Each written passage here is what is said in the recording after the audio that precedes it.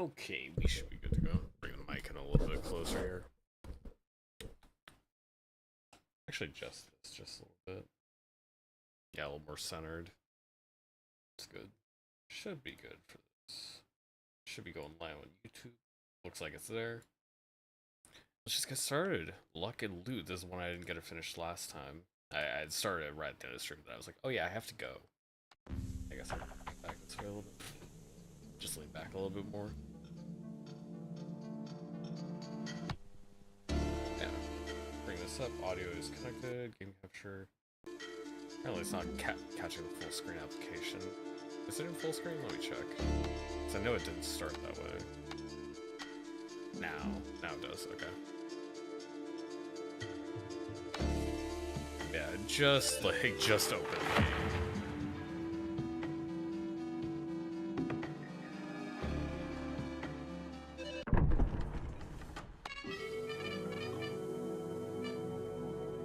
Each wood filled with ancient dangers. That's my kind of place. Got 3 little rats. Yeah, you have 4 dice you play with. They each got 6 sides, and they can each have items attached to them. And you can just kind of swap them around freely. Each dice face does have a cost to it. Got a 5 heal, got a 3 heal.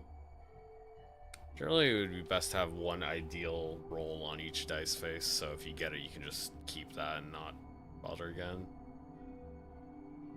I guess, yeah, Rapier is pretty good if I get one have attack on every dice for the Rapier.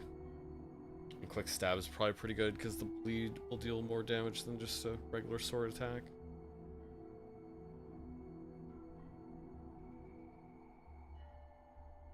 Then I have the better heal on that one. I have 3 shields, so yeah, not I think too useful. Let's start. Looks like one guy's doing nothing. 1, 2 of them are each doing 6 damage. I believe I can lock in dice. I guess it is an item. Every 4 rooms that I pass, I gotta use this as Zweihander.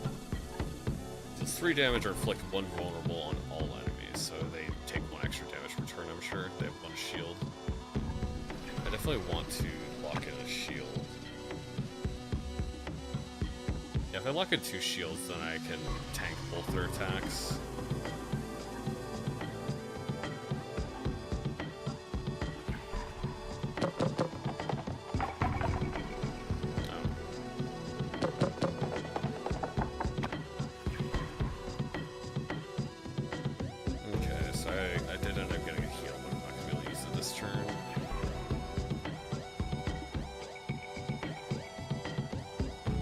Does the attacks go out randomly then?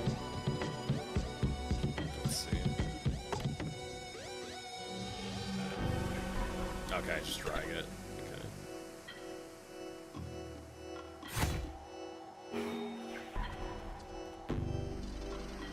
Attack the middle guy. He should bleed to death, yeah, on his turn. Okay, so perfect. I had enough damage to take out one of the rats, so I did not take any damage. Doing vulnerable status. Skills apply status effects, same attack immediately. Others over time. So the vulnerable should only last for 1 round, I would assume. But it means the next attack deals an increased damage.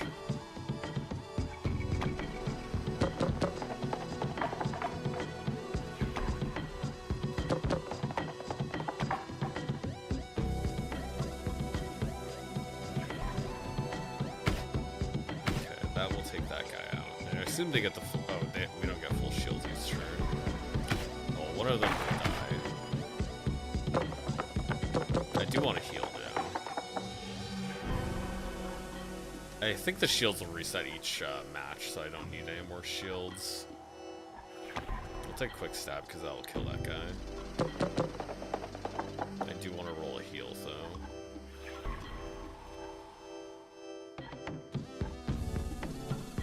We're just gonna roll all these again because I have the damage required to kill him. The vulnerable does stick with you. 1 extra damage because I had already hit it that turn. Arrow side deals 4 pierce damage, meaning it goes past the armor. Hold the ground, takes 6 capacity, gains armor, +1 for every unused reroll, and +1 strength.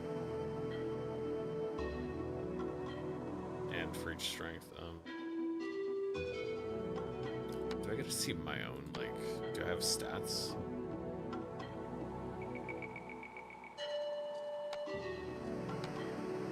Yeah, I can just take some money. I'll probably just take a pretty normal dice face. Some enemies I'm sure will be able to regen defense. Having more expensive dice face means that you're gonna have more dice faces empty. It's gonna mean you get more empty rolls.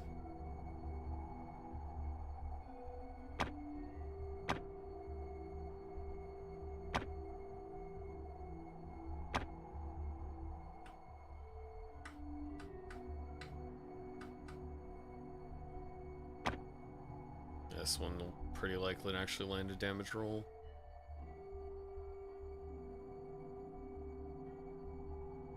This one also has the rapier on it.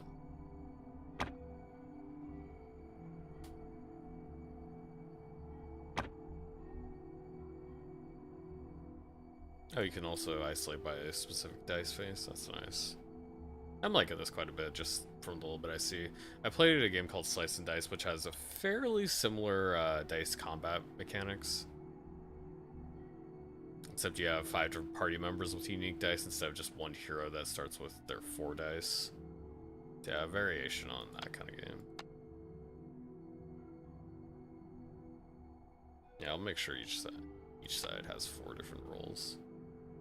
Gives me a better chance to get 4 different abilities per turn.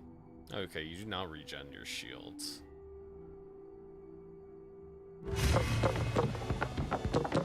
So I guess shields will carry over, so shields are always going to be good to get.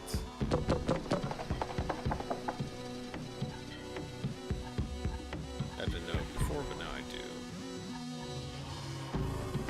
Okay, this should kill.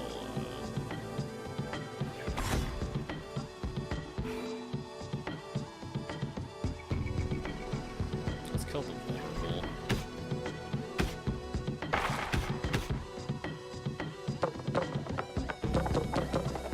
They're gonna do 6 damage.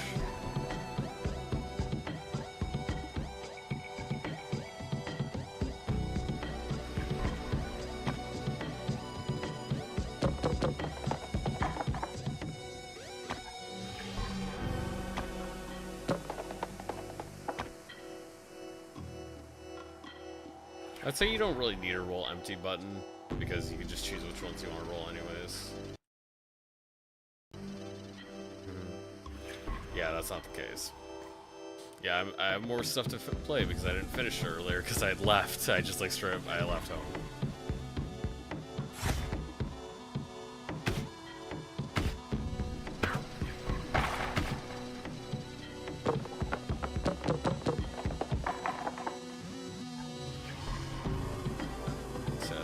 This will kill, so I'll just keep arrow. Get some defensive stuff on these other ones.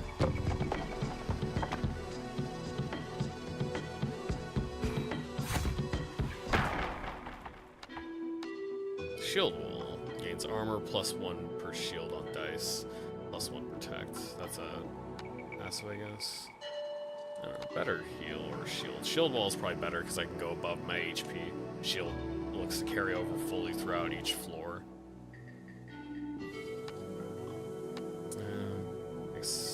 There's a merchant towards the end, but I'm not really worried about buying stuff right now. I just want something that increases my strength right now. Goblin Cook. A gruff cook stirs a bubbling pot, offering a hearty meal for your gold. I don't mind taking a little bit extra XP, or extra heal. Fair enough. Get some treasure. Lockpicks 3.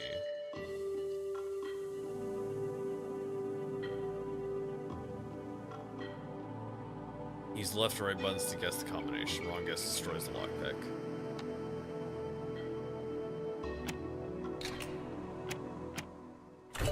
Left, right, right. There we go.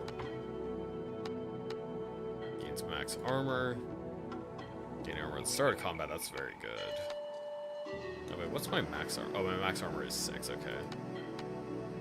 So yeah, getting 3 extra max armor is nice. Deal 8 damage to the boss at the start of combat. So that'll be good for the boss, but getting 3 armor every combat's just free and good.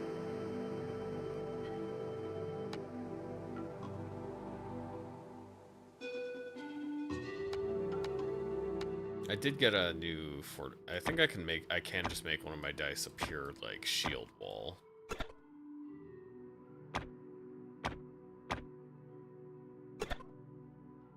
Because this thing gets bonus. Yeah, this gains 6 armor because there's more shield rolls on this dice, so whenever I roll that, it's gonna give me a bunch of armor.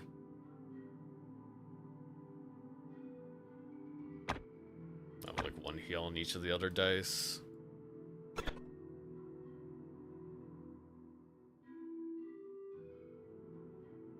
Yeah, each dice face has capacity, so you can't just put all your super strong stuff on 1 dice.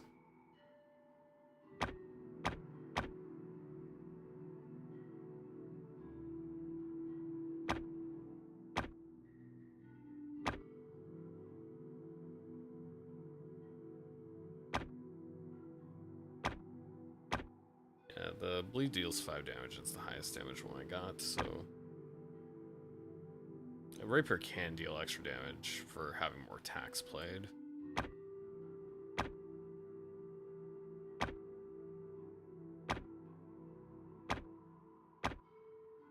Yeah, I can have one that's just shield every turn, and 3 other attack focus dice.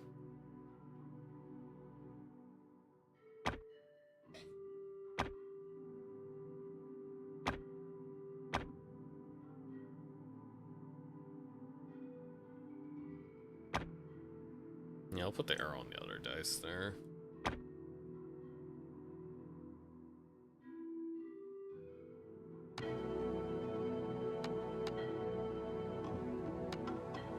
Yeah, getting max armor seems nice, and it gives me 3 armor right now. Yeah, I just finished messing with my dice, so I'm good. Deals damage and gains 4 HP, so I guess if I want to hit these guys, I just kill them the same turn, but I probably want to take out the break first.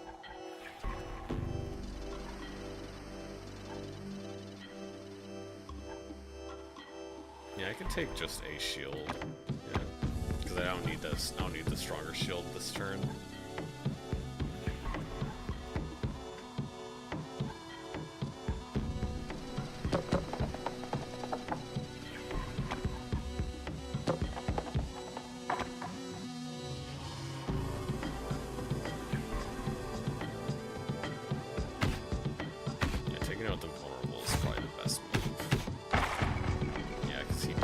They always move left to right first, so this guy's only going to get vulnerable for my next turn.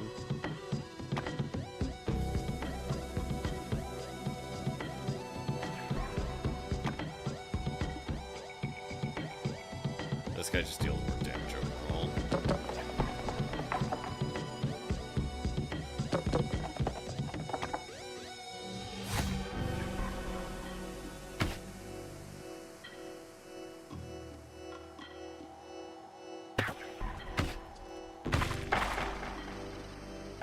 This guy will die to any attack now.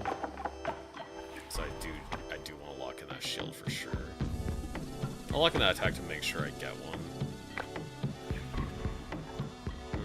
Now I'll play it hard. I'll play it risky.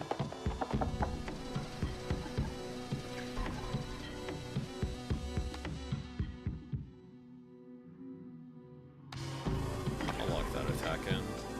Still keep going for the heal on this dice. And I didn't get it. I did get myself a 6. Protect characters take less damage per protect stack. Oh, I guess it's just a straight up passive, so it'll reduce all incoming damage for the rest of the battle by 1. Which is good. Break armor deals 8 damage to armor. And get a lesser heal, that's not bad. I'll probably just grab the money right now because I have a merchant. Sells rotating skills and items for gold.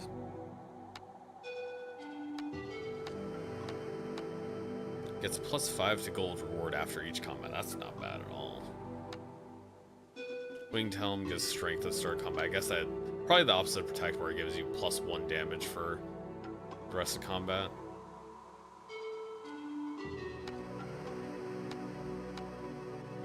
Health Potion just heals you. That would not be bad to have. I can't buy 2 things, so I can only buy that or Quick Stab. Quick Stab is pretty nice to have. Just can make some dice more reliable. Fungal Freak, let's see what you got. Would you just hiss at me? How rude.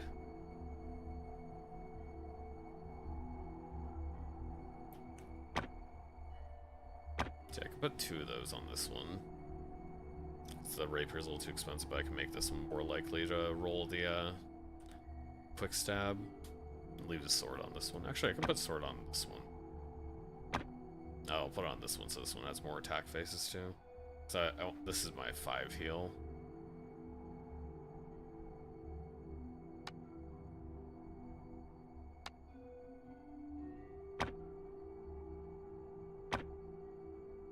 I guess I'd probably swap this because these are my.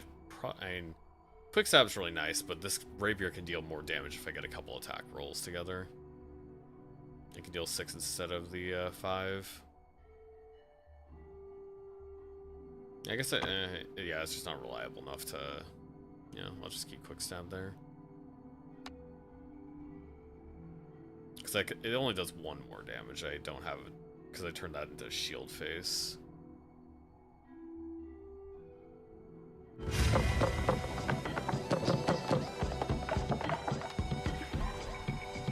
Claws plus, damage and bleed, so I definitely want to take out the little mushroom dudes.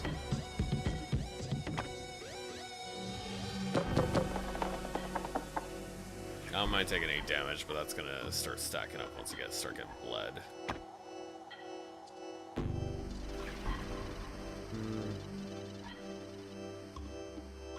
So it's number 2. I can do better, but it's not a high chance. It's like 50% chance that I deal more damage.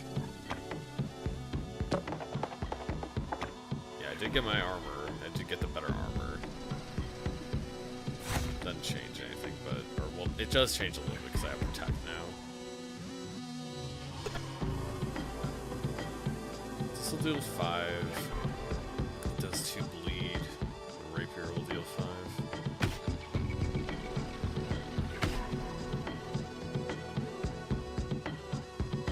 Take care of this guy, or I'm gonna hit the guy's shield because I want to get rid of him next.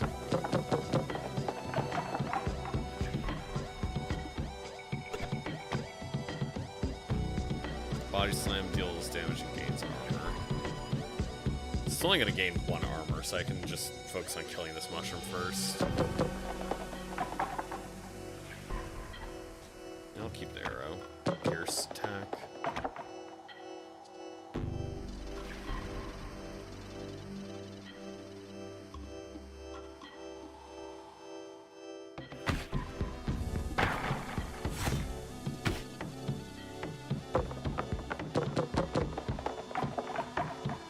Breaks very nice. Inflict 1 weak invulnerable.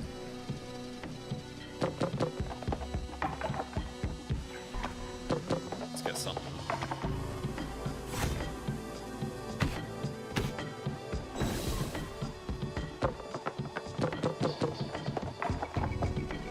Yeah, I can use this Y-Hunter to kill this guy faster.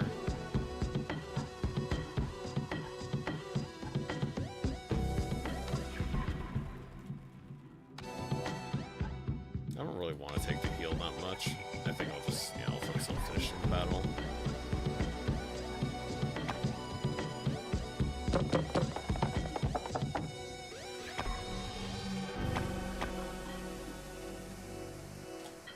I'll say this is Y-Hunter till next turn, probably.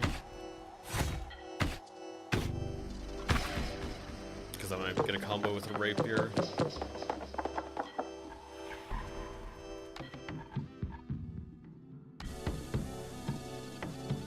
I'll let it roll.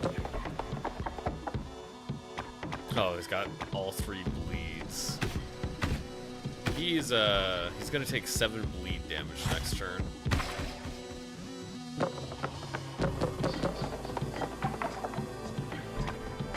That's enough to kill him. There we go. Yeah, the winged help showed up again. That's very nice. First round of the fight gained 2 rerolls. That's pretty cool. I think I'll take the winged helm because that's just a bunch of extra damage. Upgrades Zweihander. Add 3 damage, reduce cooldown by 1. I haven't been wanting to use it that much, so I'm just going to increase the damage and effectiveness. Make it good against bosses. Okay, it reminds me a little bit Into the Breach. You go from one to the next to the next to the next. You could probably, they'll probably let me challenge the Dark Keep after, like, taking one. Maybe it'll be weaker. We'll see. Swamp, something that matches my mood.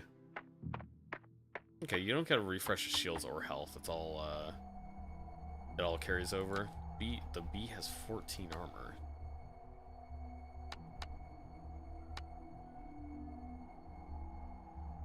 Gain dice experience by using skills and dragging them over the star icon. Okay, so I can feed dice skills into dice to make it stronger. Sacrifice skill and get XP.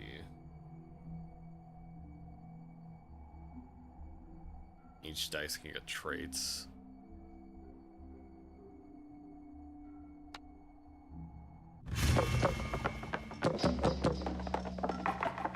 Yeah, take this and that.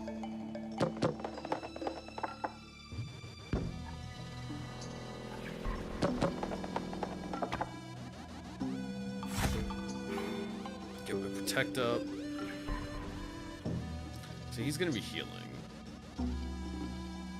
He's gonna inflict poison.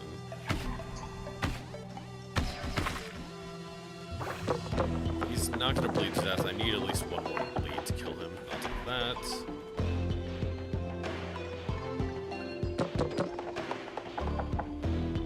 We'll roll with this.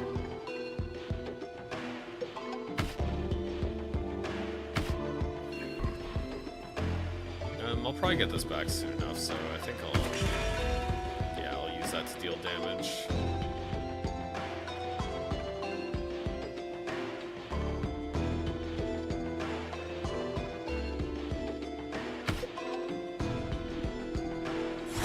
He'll die from his bleed the next turn.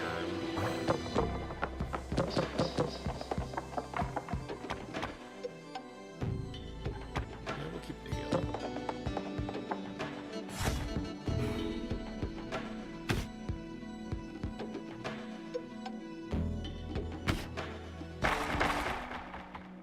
Bleed him out. Bleed him dry.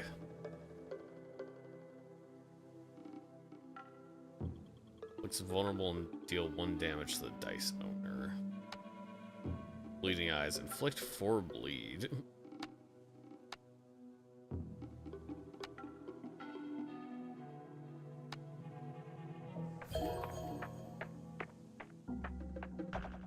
Broken carriage. Each dungeon is filled with threats and difficult choices. And we're just gonna do it.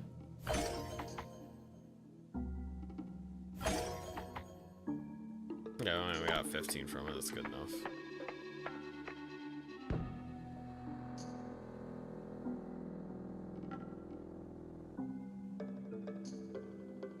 North does give me a merchant. I have money. I'll have money to spend.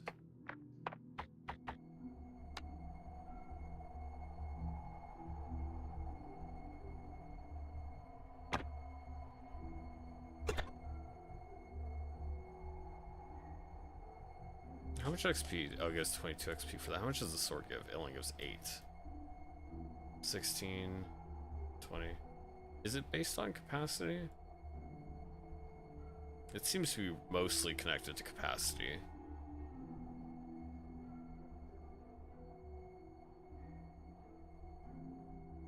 Yeah, none of my other dice can fit it unless I want to take off something else.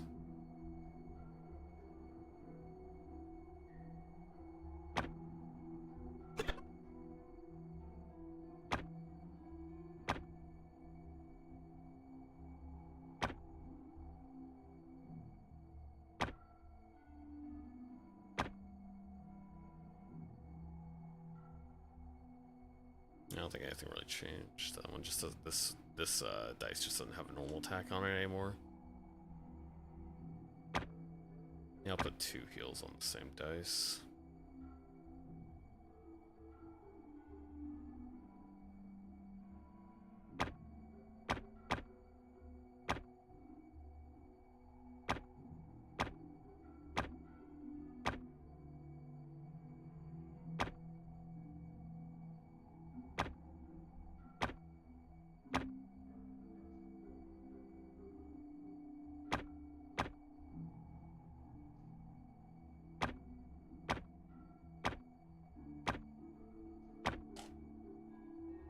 Okay, I think I'll do this.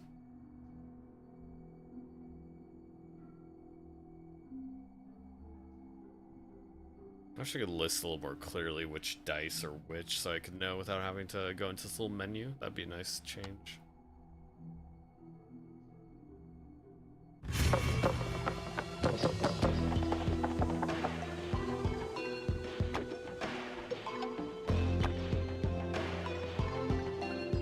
Yeah, we'll probably use it on a snake.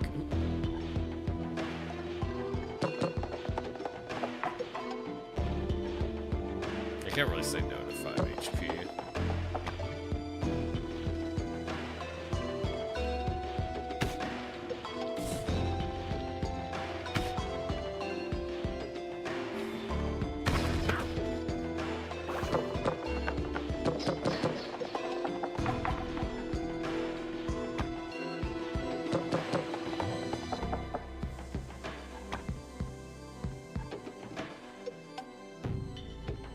These are both dealing pierce damage.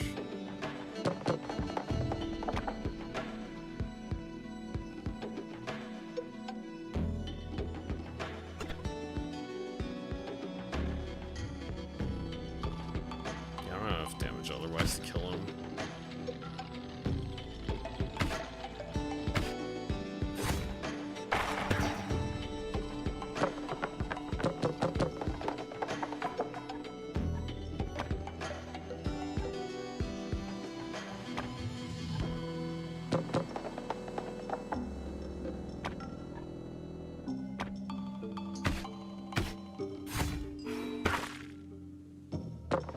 Try to get some heal now. I don't need any shield.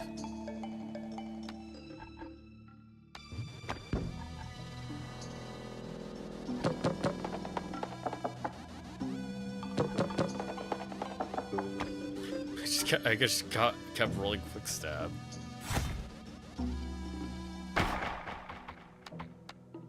Rapier would be nice, but mostly probably to feed.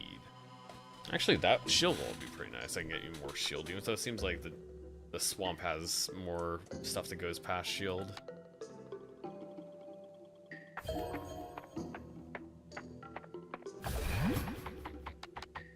Another 5 heal would be good.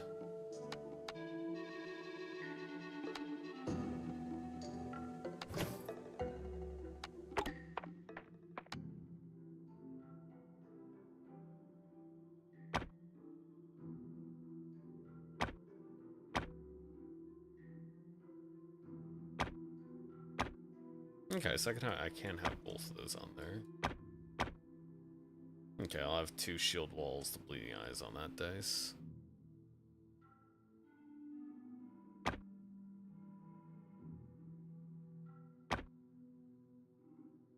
Bunch of heals on that dice. Maybe we move this around. Get 1 heal here just in case. More multifaceted dice.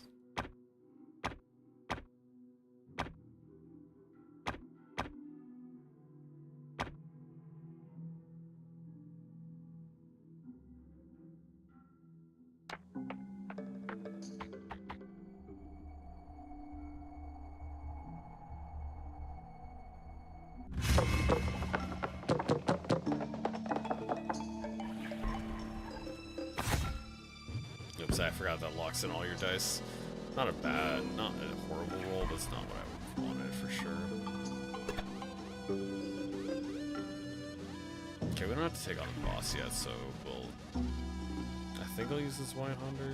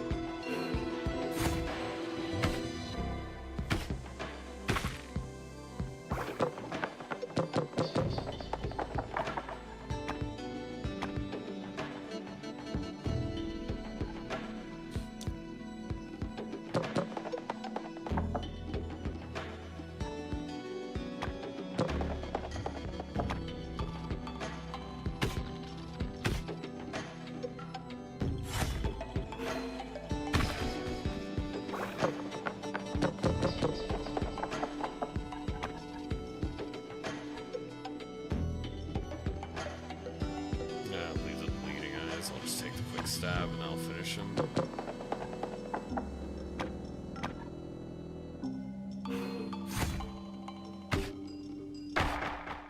Got my sustain up.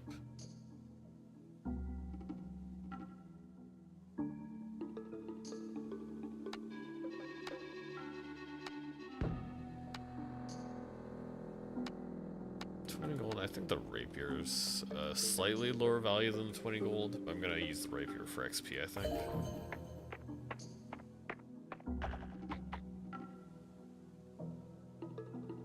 Do you want to do heal? No. Upgraded dice. Oh, and it lowers the capacity. That's pretty cool. The rapier does not get it just gets a little bit more base damage. Quick stab just gets a little bit more base damage. This inflicts 2 vulnerability. Yeah, getting break plus seems even better. Seems like one of the best things I could upgrade right now.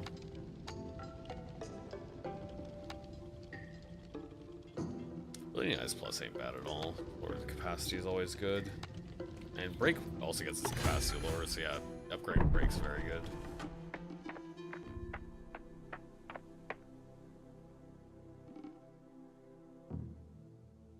I'll go top. Who knows what that could be? It could be anything. It could even be enemies.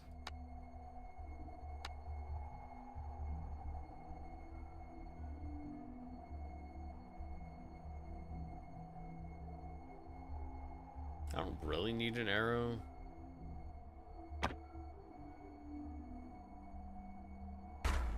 I'll get that dice some XP and see what happens.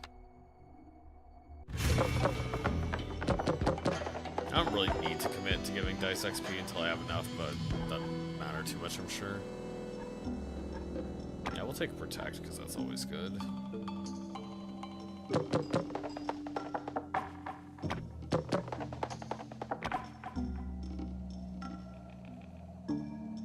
Heals forward a whole party.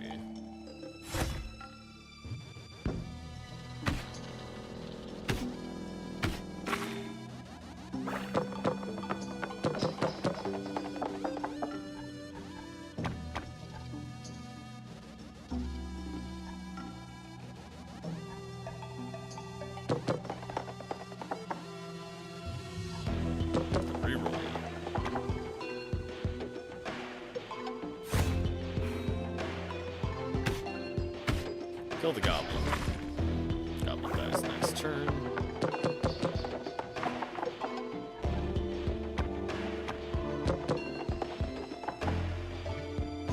I'll lock in an attack.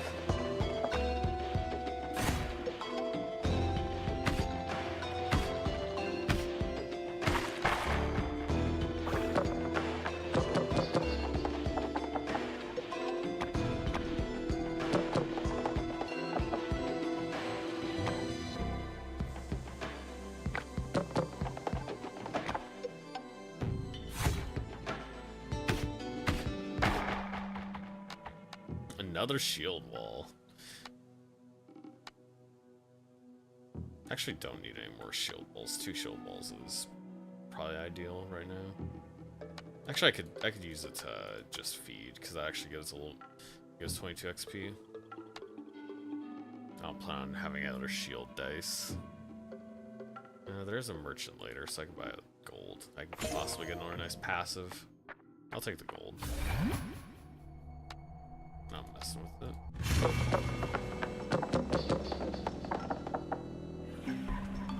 I don't need to heal this turn.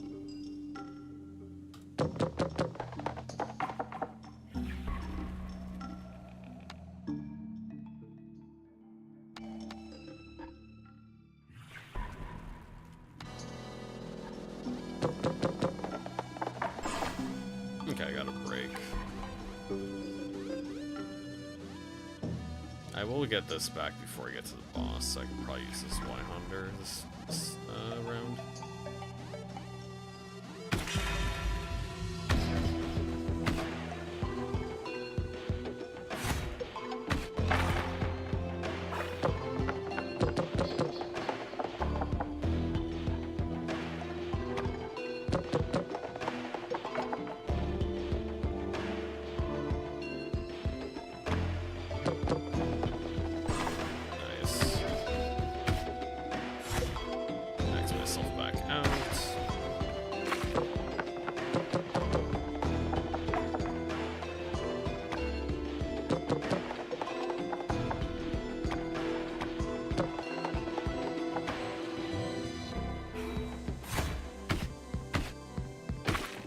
Quite have enough bleed damage to kill this turn.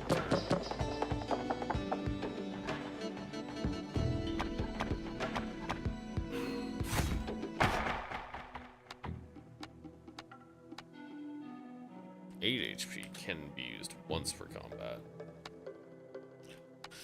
Take buddy.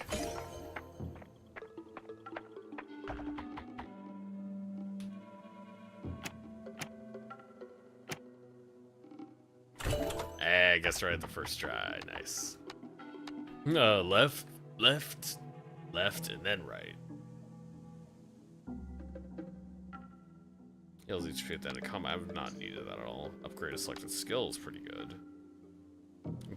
Capacity of all dice by 2. I can't imagine that being bad.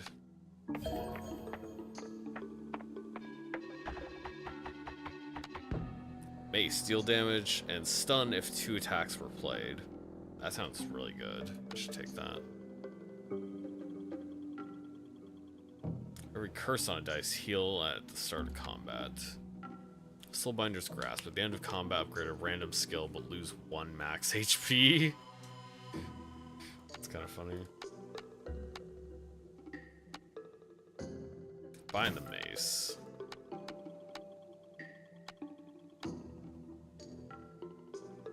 I'll buy the potion. Oh, it heals immediately. Oh, I thought I'd be able to hold on to it. Oopsie daisy.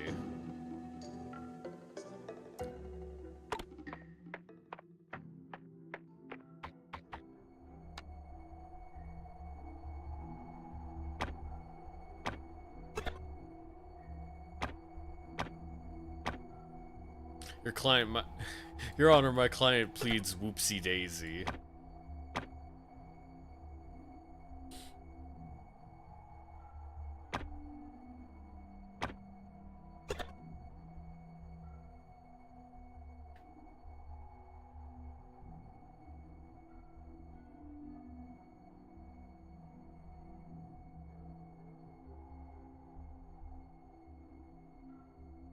Yeah, I think that's just about right. Your Honor, my client rolled the wrong dice. Clearly, if they rolled the right dice, none of this would have happened.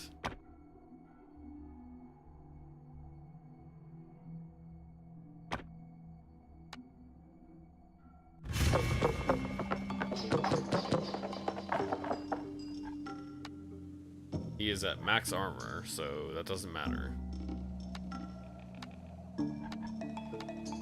Goblin Guard rolled nothing.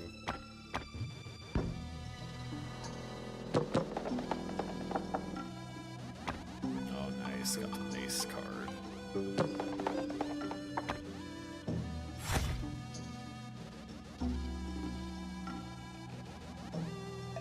I don't have to kill him this turn, but I probably want to.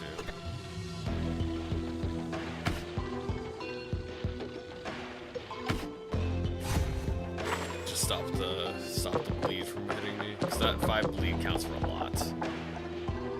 Shackle inflicts 3 weak. Oh, I don't like that.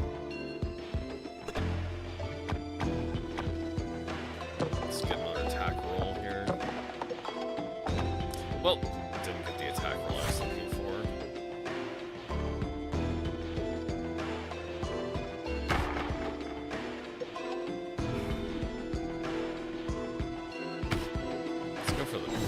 Let's go for the shackle guy. I don't want him to keep applying that to me.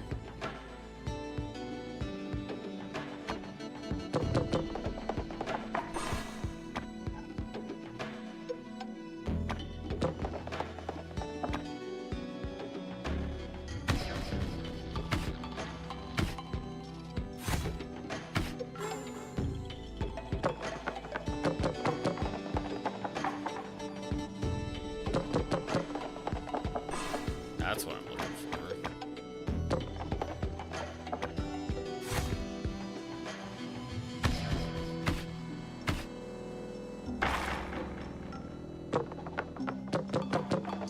I can take this guy out with ease.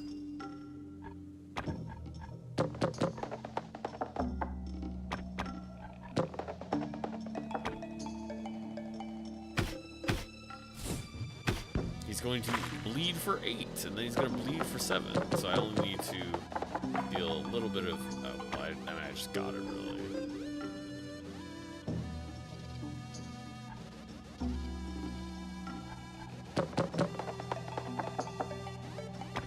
I guess I should stun him so he doesn't hurt me.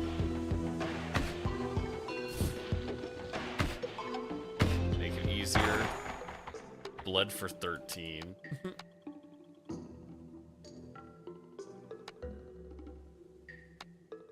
Get shield wall for XP. Look at you, Mailer's idea of a sea monster. I've seen Stu with more fight.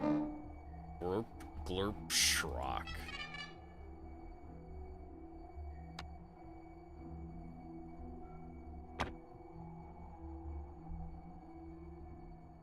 So that would bring me up to, what, 36?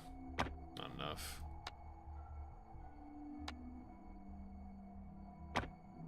Actually, I do have enough to put another shield wall on this dice. It does make shield wall weaker, though. The other shield wall's weaker. See, I can only really put 2 on here unless I want to take bleeding eyes off of it. Pope dice lets you farm better. I don't have a dice that lets me farm better.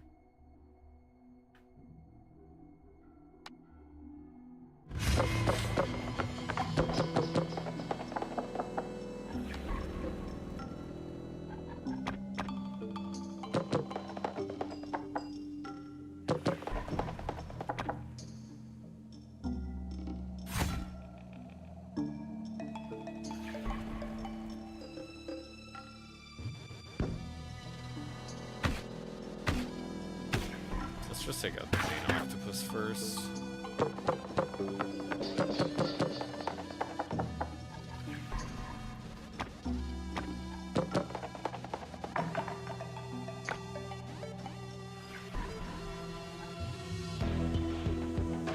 I'm taking 10 pierce damage. I probably want to heal.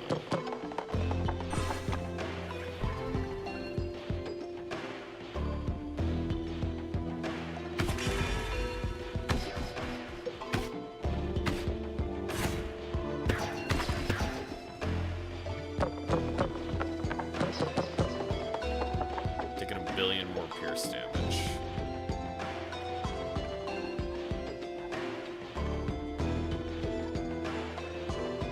So he's gonna take 6 damage. He has 2 vulnerable. Stunning him is definitely good.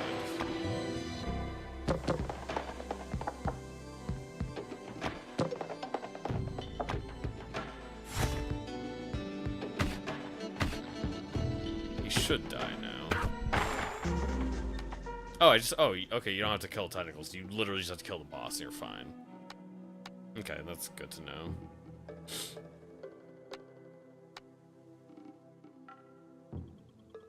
Sunken Eye. Gain 4 capacity to all dice and unremovable weakness curse as a skill. Deal 8 damage to the boss to start. Inflict poison to all enemies at the start of combat. And that sounds pretty nice. Because it doesn't touch you, just all enemies. Gain 2 strength. Oh, that's very good. Is that the end of the demo, actually? Or maybe we get one more. Get the graveyard. This will be the end of the demo. If dead want to get in my way, I'll put them right back where they belong. Gotta get there first, though. Got vampires. That's like a very buff bat. Looks like it's flexing on me.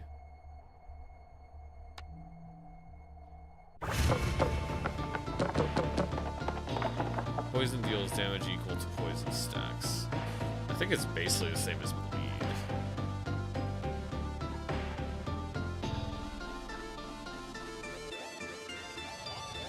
Pierce damage, 4 HP and armor. Go for the bat first. I'll not say no to 5 HP right now.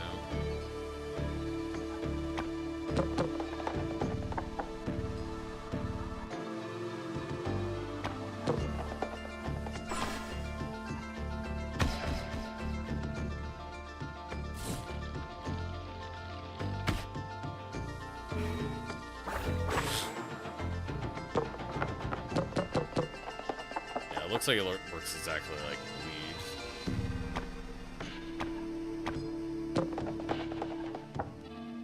bleed. Kills itself, dealing 9 damage. It doesn't even want to live on this planet anymore.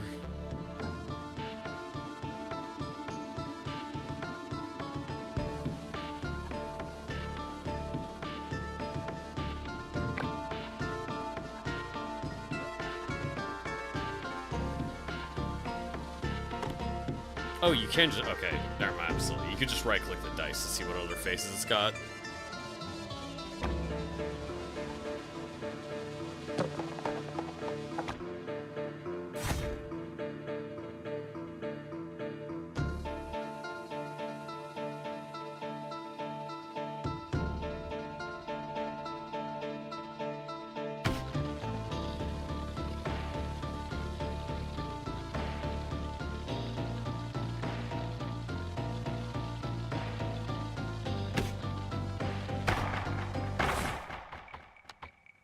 I got to deal 1 less damage to me, which is good. 25 gold.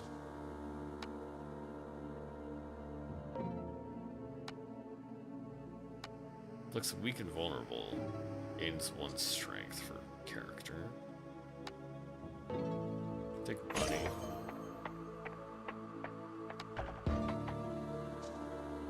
Running goblin jingles a pouch of coins, tempting you to risk your gold for greater riches.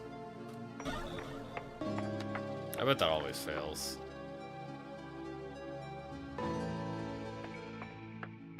Goblin just ripped me off.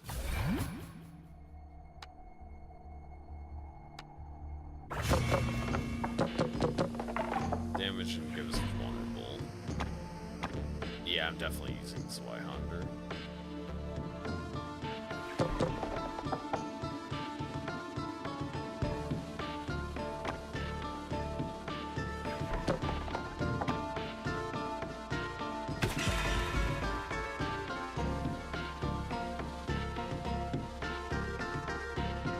I guess the effect can be 6 or 1 vulnerable to each enemy individually.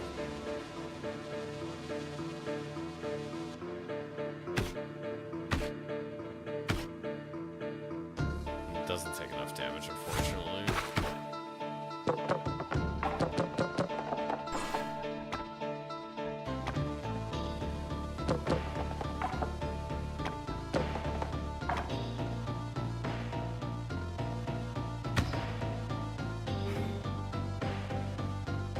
Tried to inflict bleeding eyes on myself. Imagine it just lets me do that.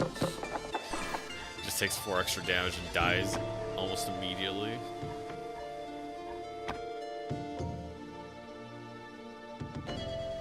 Yeah, this would kill.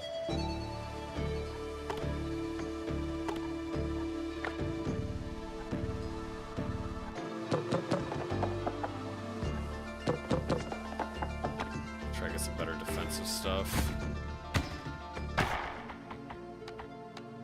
Fracture. It deals damage, can be used once per combat. I don't think the things being used once per combat makes them very valuable. It just means I have another empty dice face.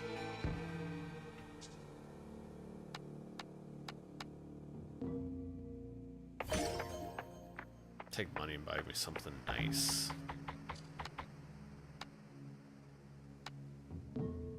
Armor at the start of combat. Pricking Doom? Deals 4 damage to all enemies to start round 4.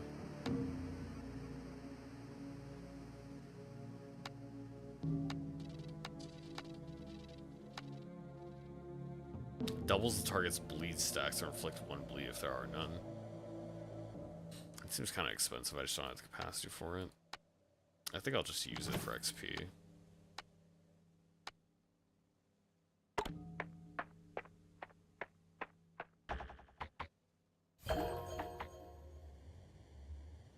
Gain a common attack skill. Oh, I got 2 thin bloods. It's just too expensive. If it cost more money to buy it, it was like a rare thing, but its capacity was lower, it'd be more useful. It's just kind of a big gamble because you're replacing what would be a higher damage skill for one that you might get when you need it.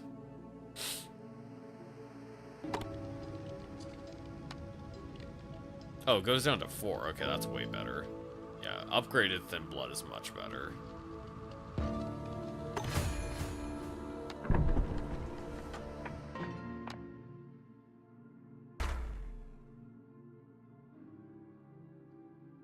Let's do that. Light Bearer trait. Gain 1 bleed or poison to all skills applying those statuses. So yeah, if I put more of the bleed stuff on that dice, it'd be good then. Or just gain extra capacity on dice.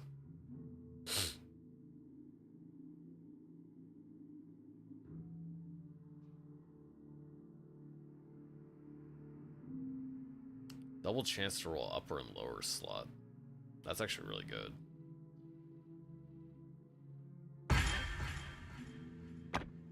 Put the break on there.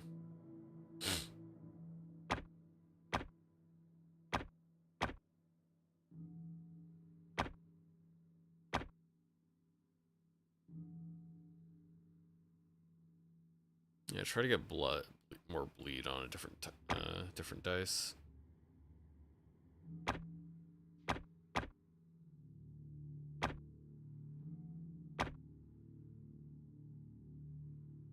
Each of these will have 2 bleed sides. And we got bleeding eyes on this one.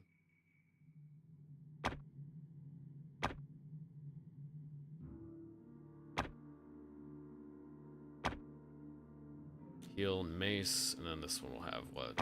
Rapier? I guess only 1 rapier. I can't really fit anything else on it. I could really fit it on here.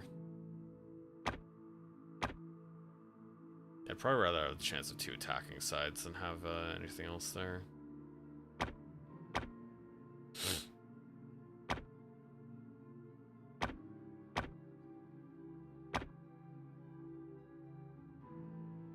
So yeah, the break's really good, break plus really good, and then blood plus are both really good. Two dice are focused on getting the bleed stack.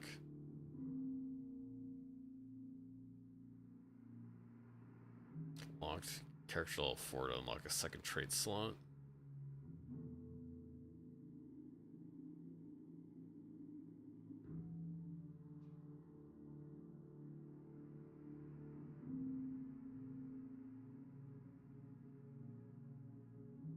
Yeah, I'll probably go with this. Because yeah, the rapier literally costs the same as the 2 swords.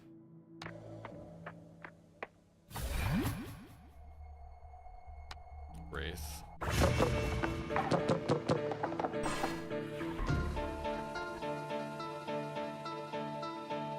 I did get thin blood.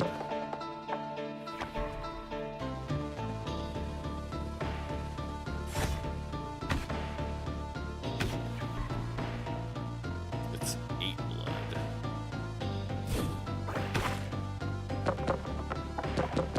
I should be able to kill that guy next turn.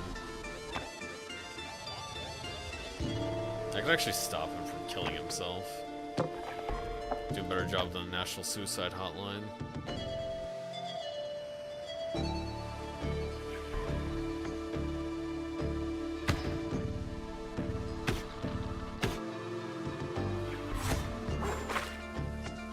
Oh, I need to deal 1 more damage to that. Oh, he's not doing anything, so I don't have to care, actually.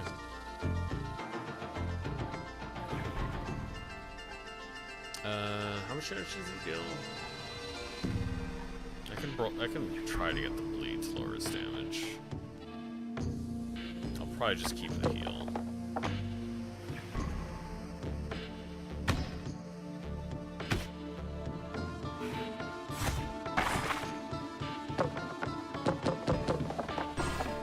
It's like poison bleed.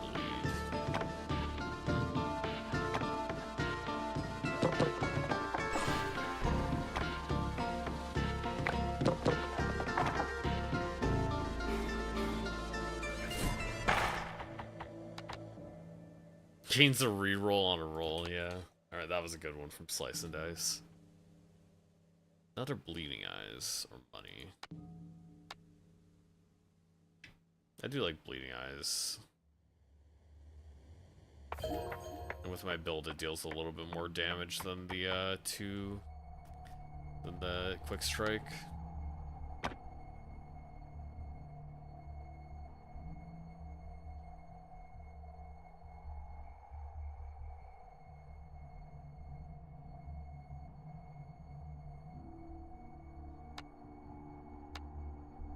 Actual zombie here.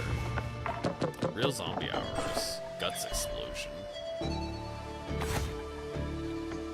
it's gotta deal some damage, right? I don't really care about stopping it, I don't think. I'll just take it and I'll just heal up afterwards. Oh, accidentally, dang. There's no rollback, is there? Either. I like having rollback because in case you just literally make a mistake, that you can just keep.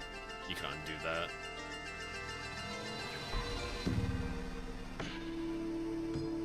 Because now I just have 2 heals that don't do anything, unfortunately.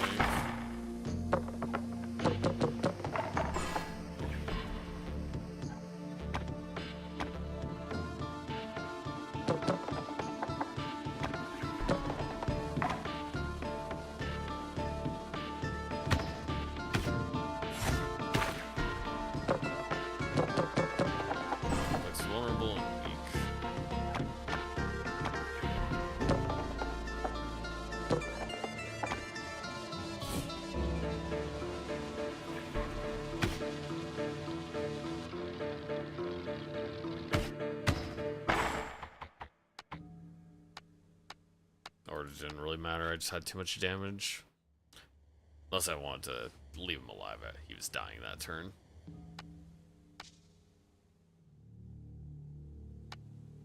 Agony.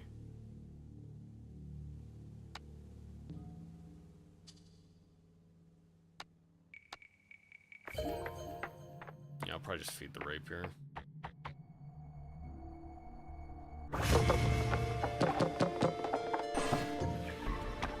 Vulnerable, yeah.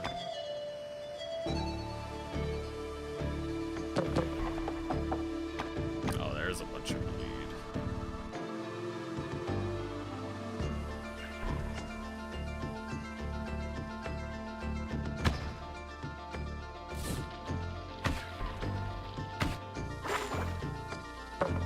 Almost dying next turn. Just one little attack will do.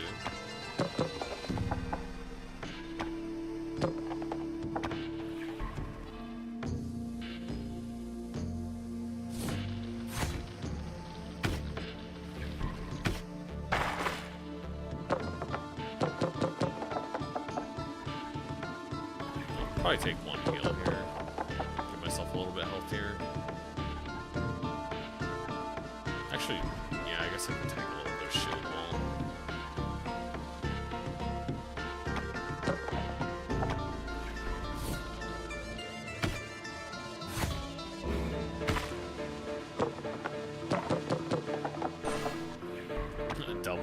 Doubles the blood, because weak does not work on thin blood.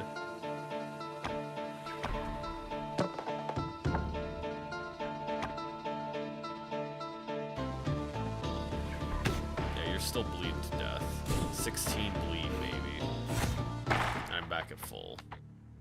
Nice. Stuns target if one attack was played. That's even better, isn't it? It just doesn't deal damage. It doesn't matter too much, though. Mainly, the mace is just there to stun.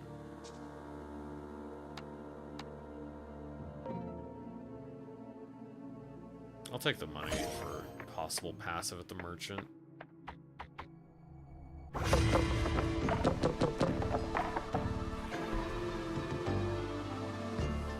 Flex poison and bleed. Most damage.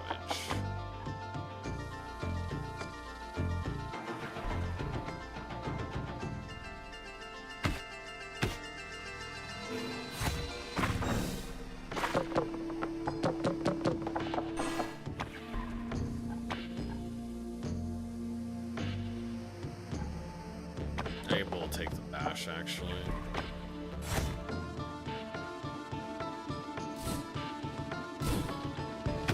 So it doesn't explode on me, deal a bunch of damage.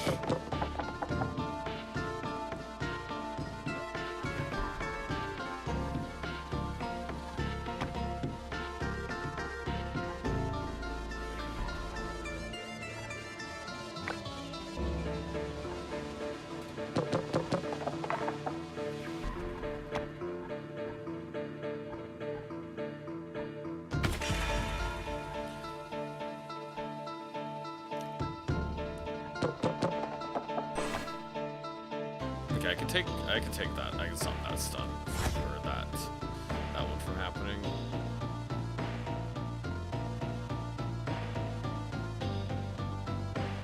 We will kill him.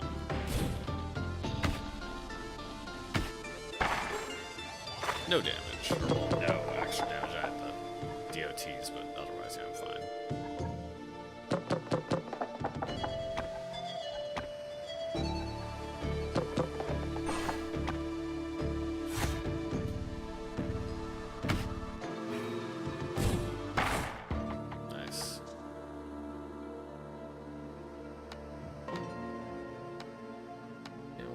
I'll take the gold because I might get something better than the rapier at the shop.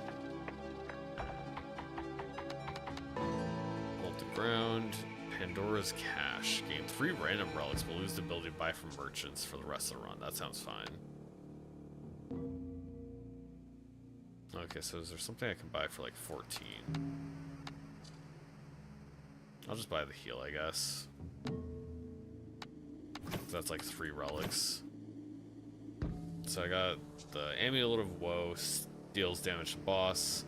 Did I get another Mind Vault? I think I did. And then yeah, I already had 1 Mind Vault, now I got another Mind Vault, and then I got Toxic Blossom again, dealing 4... giving me 4, like, poison damage at the start of each combat.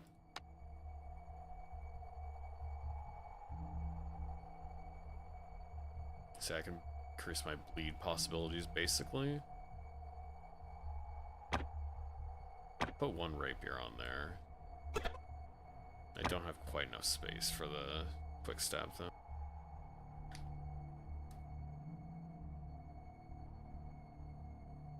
I think the mace is too good to potentially have to ignore. I'll just leave it as is. That is 8 plus 20, 28, 16. Not quite enough yet. Actually, yeah, 14. Was I counting that right? So yeah, that's 20. This one is 16 plus 8. That gives you 24. So yeah, just 2 short. Or 6 short, actually. Yeah, double poison. That's cool. Lock it in.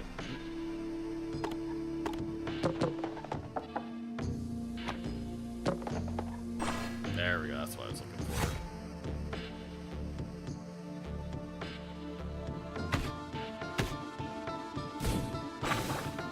It's like 16 damage. Just need to hit him one more time. And it's really just that, it's fine.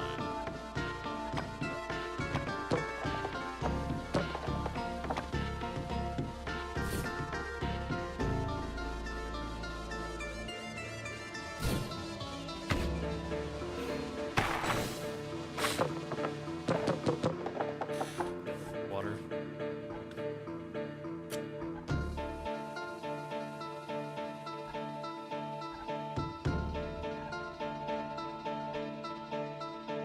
Yeah, he's gonna die this turn. We'll just run with what we got. Cool 15 damage. Whetstone. Actually, I don't need gold anymore. I guess I could run to an event, but I don't really need more gold now.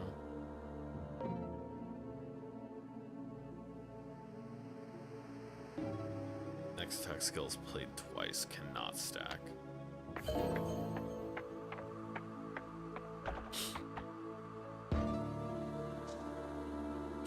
Let's upgrade dice. Yeah, Bleeding Eyes upgrade's cool.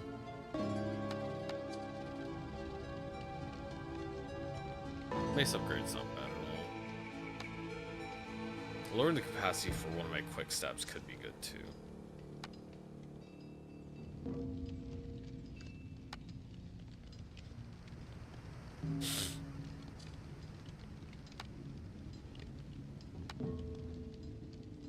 I'll probably cheapen one of the Bleeding Eyes so I can more easily fit it on a dice.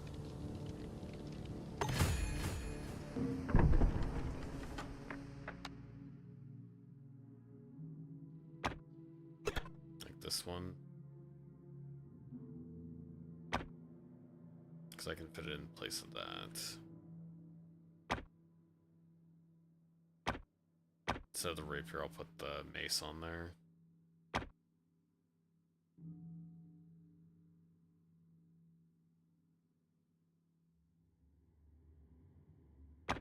I guess maybe I should think about moving the mace off and just having full bleed focus.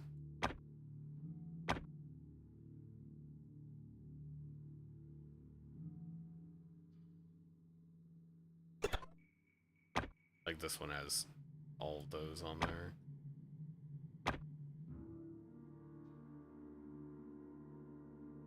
Because I do have like just a bunch of good bleed stuff. Break Plus is already good. Break Plus works with anything. So I still have plenty of attacks otherwise. Or I guess just like having these quick stabs is good enough for attacks. I'll put these other 2 attacks here and I'll skip the stun for now. I don't know, stun's been really good to me. I'll do stun. Okay, we can definitely use it once before the boss if I need to. I can use those Zweihander now. I could just use Zweihander now to, yeah, because I'll get it back again. 1, 2, 3, 4. Yeah.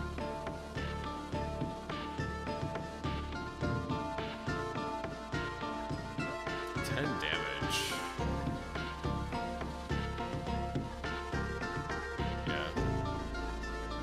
I don't know why it says closest target, unless you can summon. Unless there's like summoning builds in this game. That guy's gonna kill himself.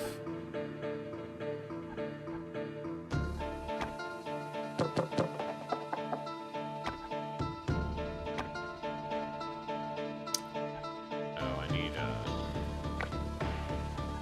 another attack. I can probably tank with shield wall. Try to take out and just stun one of those guys. Yeah.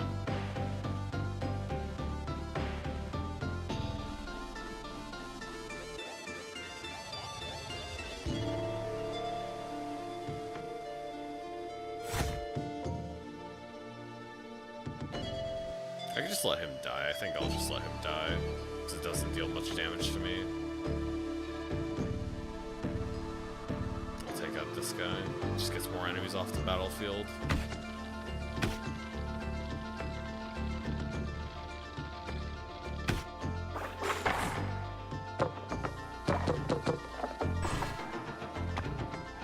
Yeah, he's gonna die that turn.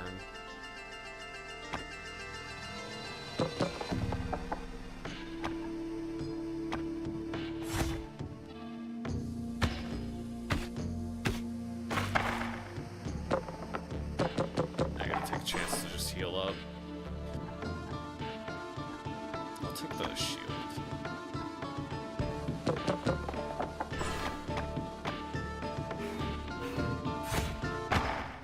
Get myself back up to full health. Creeps on either side of the screen. The person on the left is the player character, and the one on the right is just representing the dungeon enemies. And it might be the boss. I'm not exactly sure. There's definitely reason to believe it could be a vampire boss. Oh yeah, I should go for the treasure because I can't buy from the merchant anyways. Yeah, the one on the left is the adventurer, the player character. Probably take the whetstone. Yeah, I could probably dump some of these now. Try to get a skill on one of the dice like that. The gambler skill's good. Only gives 18 actually. Another 10.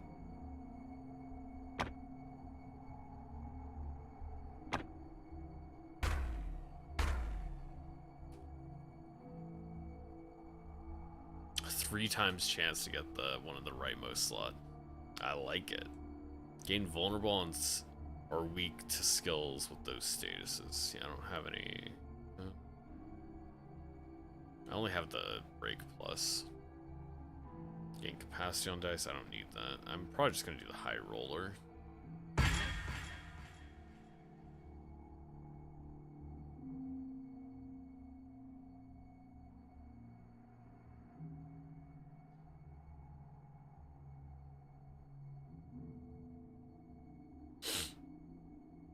I'll put the bleeding eyes on that so I can get a 5 bleed more likely.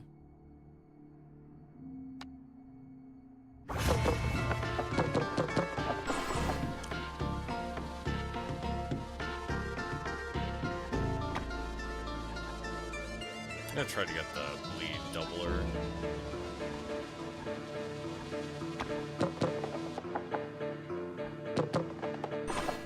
Yeah, there we go, thin blood.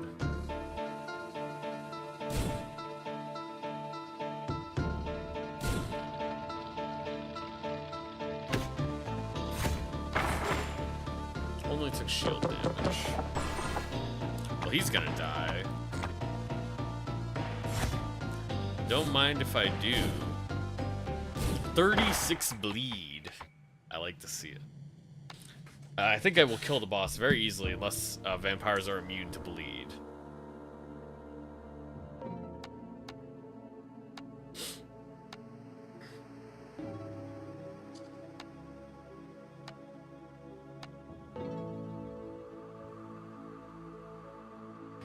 If I'm gonna be ending combats pretty quickly, having these isn't that bad. Like having the one-use skills. Let's go for the treasure chest.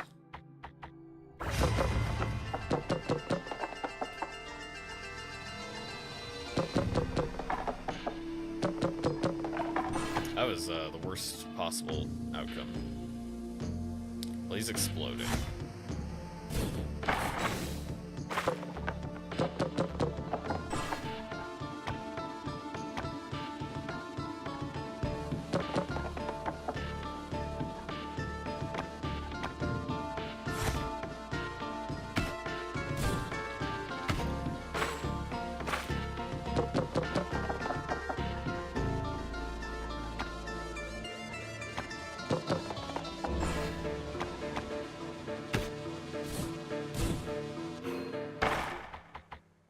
Another thin blood. Don't mind if I do.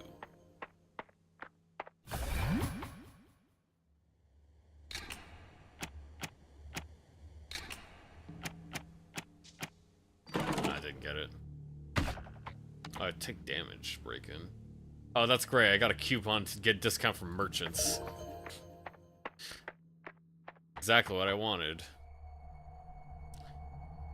This could be a little bit difficult, but I'm not going to use this Y-Hander before the boss.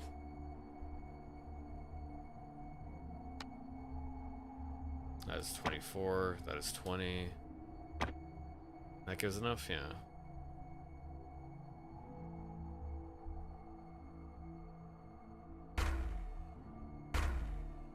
If I don't like it, I could just... Oh, gain +1 armor to all armor skills on the dice. Does it change based on what stuff you have?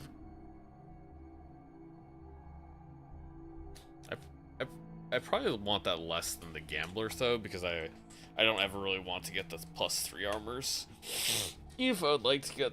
Well, maybe I could make the bleed gamble. Yeah, I'll make the bleed one of the gambles and the shield wall the other. That's what I'll do. Just to heighten my bleed build. Revive the dead. No, I don't want that guy to stick around. I'll keep this heal.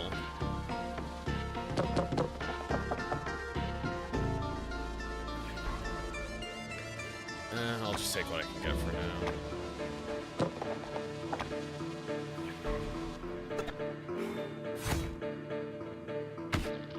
I do not want this guy to be sticking around. I want to get rid of him ASAP, because I don't want him reviving anything. Armor the whole party. Does that make a difference even? I'd probably just rather hit the bat.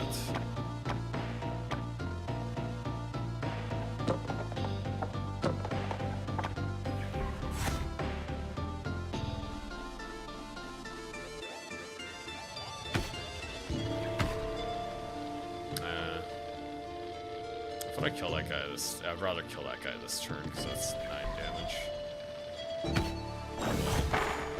It is what it is.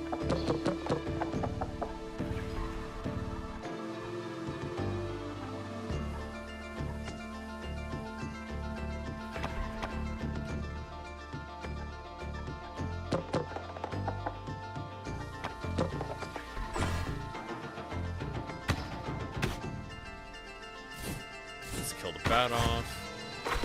Obviously the bat's not dead yet. I think it's some heals then.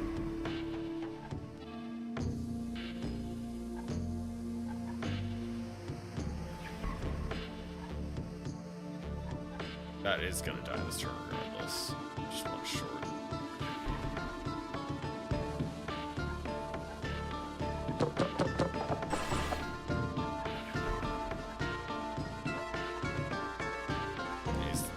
Damage to kill me.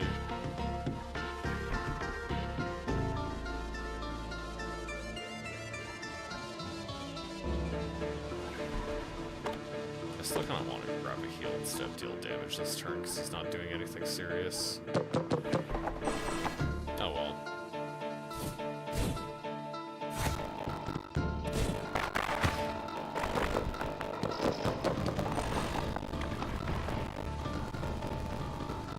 Dying, so I just want to grab any heals that I can on the way out.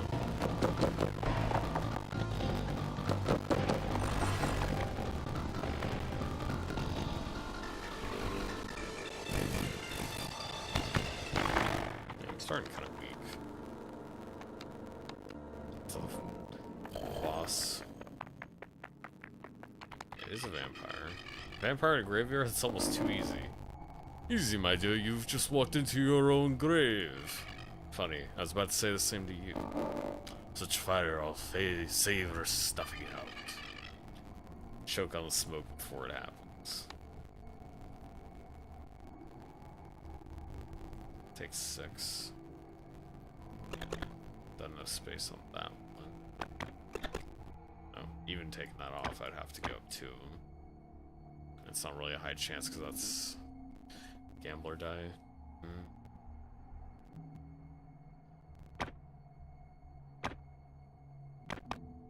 I'll take the chance though. I'll swap the vulnerable off for it as much as I like the vulnerable because I'm mostly focusing on the bleed still. Actually, I'll put the 5. Or wait, can I now swap that? Dang. I could put that on there, though. I could put brake on instead. I could swap those two. A little bit awkward, but I do want to try to get some heals in, because I'm just pretty low, and these guys have pierce damage.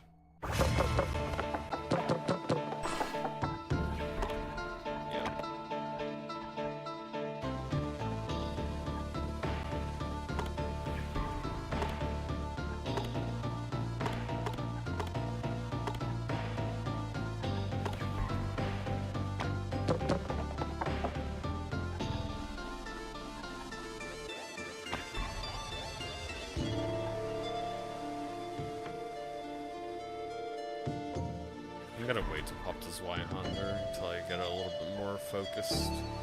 Until I can start taking some of... I guess I'm gonna take the bats out first because he has too much HP to really take out quickly.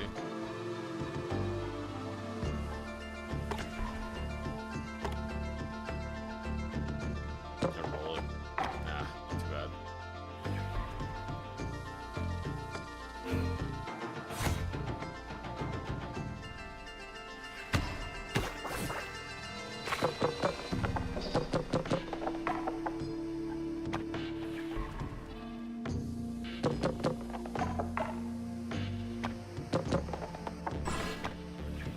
Not get any heals.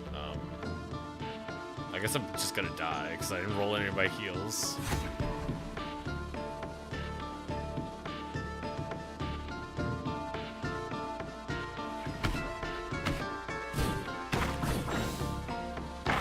Yeah. I just got too low at the end.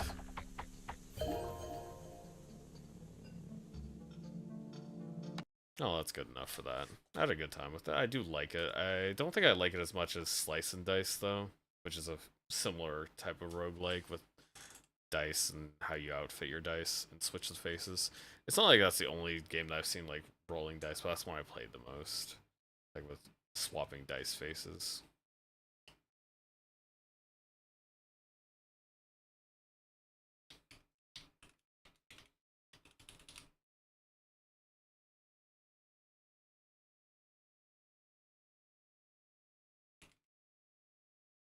Yeah, we'll take that.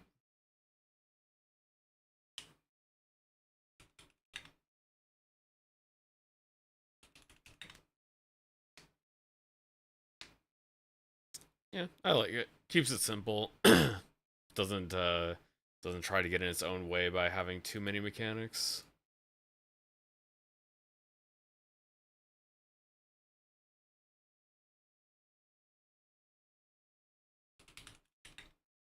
I think I might put it a little bit lower because it's just like roguelikes are a crowded genre. Yeah, that's probably about it. That's the main reason. Because I do like it. I think I'd probably recommend it to people in terms of just roguelikes generally. It's just there's a lot of stuff to compete with.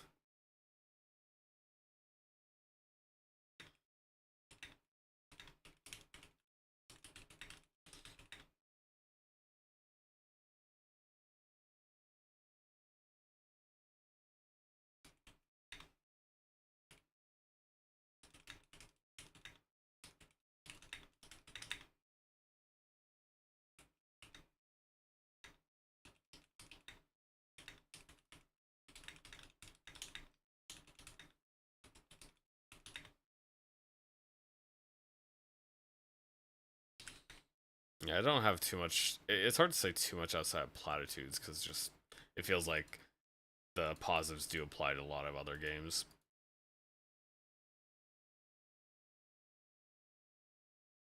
That's what I mean by it's like, it's not like it does anything. I don't think it really even does anything wrong, right?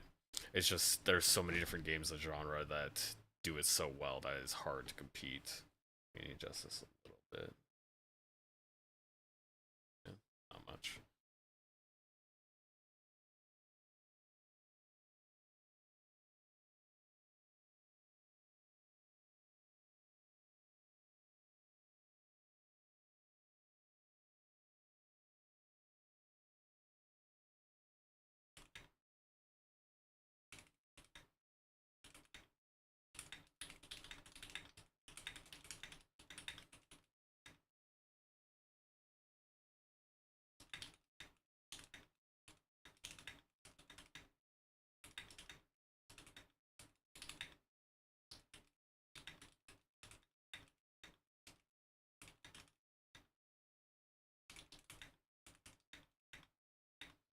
I would say this doesn't. Yeah, this intersects with deck builders.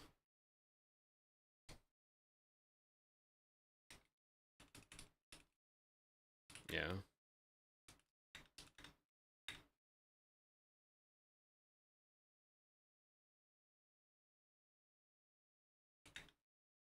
Hey, pup. Yeah, I just got done playing this one called Luck and Loot. Simple little roguelike. I enjoyed it, but again, it's just as I said plenty of times, it's hard to compete in the genre when you're just a good game. It's like it makes it harder too because I would say it's better than a lot of other games I do try during Next Fest and stuff like that. But because of just how common the gameplay style is, it's like trying to go for platformers. Like there's so many. The only benefit for platformers is the fact that once you're done with the platformer, you can just be over with it unless you're trying to speed run. But with a roguelike, people are going to play those for hundreds of hours if they really like it.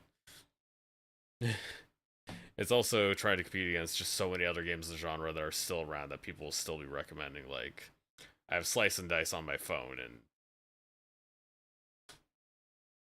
it's basically Slice and Dice is basically the same, almost not. It's not like almost the same type of game.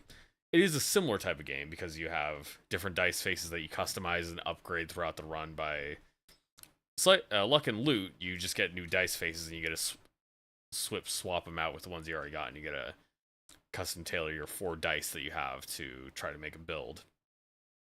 In Slice and Dice, you have 5 different adventurers that you upgrade between each level that you play, and they each have fully unique dice faces, and then you can also get items on every other level that further enhance the further enhance the game. Yeah, gambling. Yeah, and as I was writing for Luck and Loot, it's hard to give games like this praise beyond platitudes because there's just so many things that have been done, and it's hard not to say, I like this. I like the way this one did it better. I know you're trying to do your own thing, but I'm gonna tell you, I don't think it's better than the way somebody else did it first. It kind of sucks to say that too. You don't really want to tell people that when they didn't really do something wrong, but I'm gonna say it still.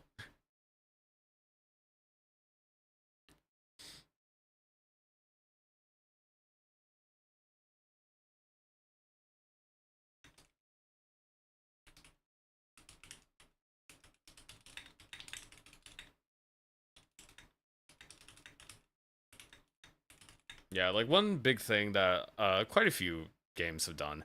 I know it's not all roguelikes, but there are a lot of roguelikes that will let you fully reverse your turn, and it wants you to let you try to maximize what you can get out of a turn.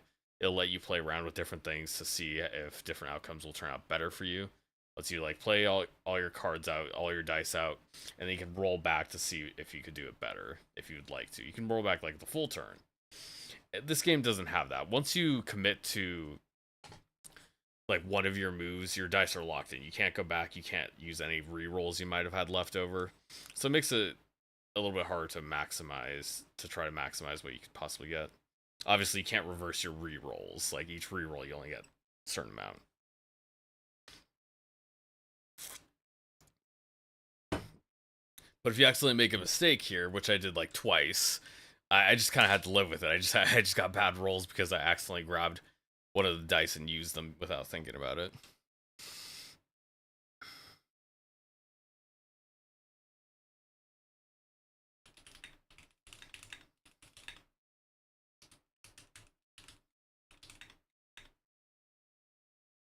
Honestly, the thing about duos making it too easy is oftentimes the challenge is trying to do perfect, trying to maximize your turns rather than just uh making the best out of like a bad situation. The Usually in roguelikes there'll be a sliding scale between that is like how much freedom you get to completely maximize your turn.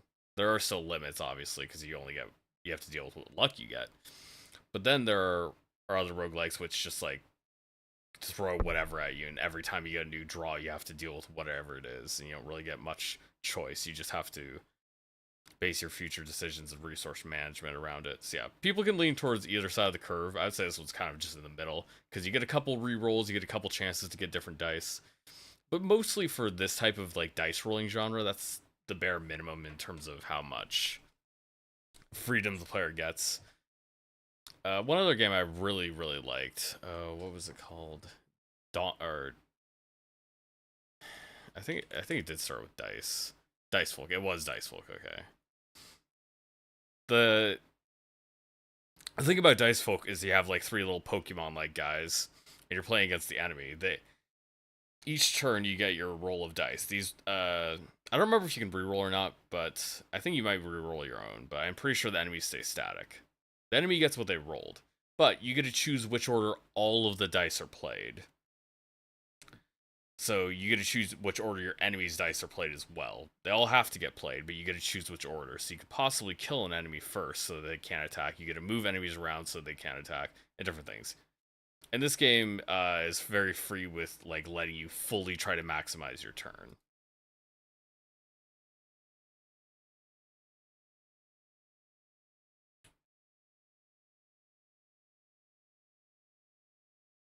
Was there anything? Was there other? There was. I thought there was one other gripe I had. There was one other thing I didn't quite like about this.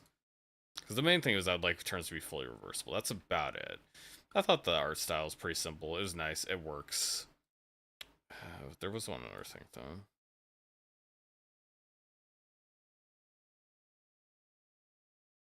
I was thinking there was something else, but I can't. I can't bring it back right now. Bring it to mind.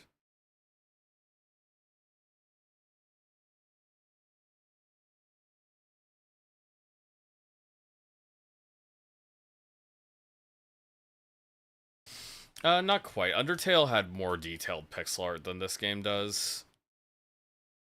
Cause yeah, this is like it's not fully minimalist, but it is lower resolution. Like you can see the characters on the side, like your character hero portrait and the boss portrait, those are around a similar level to Undertale in terms of like how much detail they have. But obviously the little battle scenes are as minimal as they can be, just about without being literal stick figures. Yeah, it's barely above that. So yeah, very low detail. I like the style. A lot of people do complain about it, but I'm fine with it. That's not really a problem I have with it.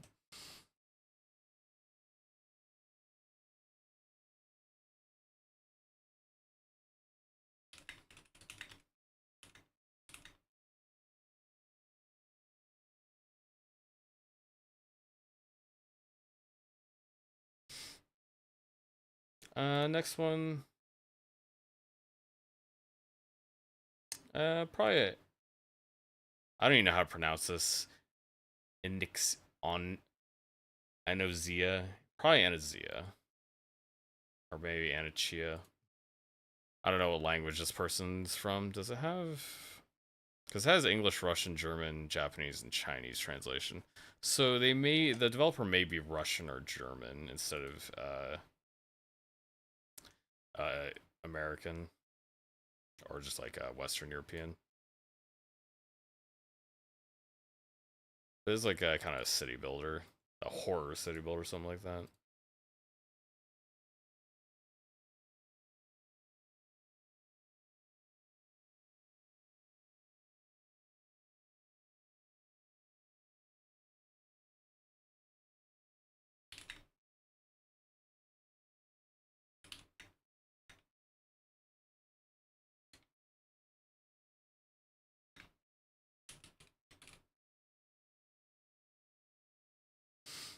Yeah.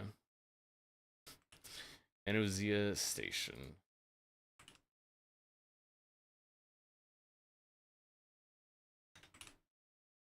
We'll do that.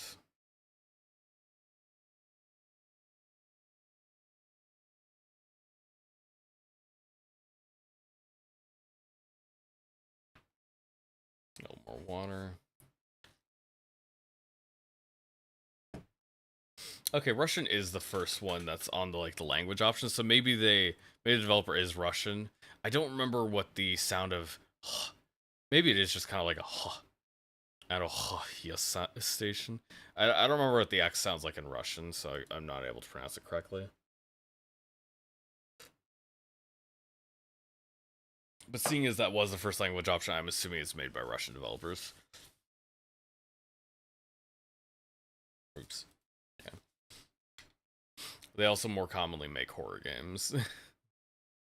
Americans and Russians, they make the most horror games.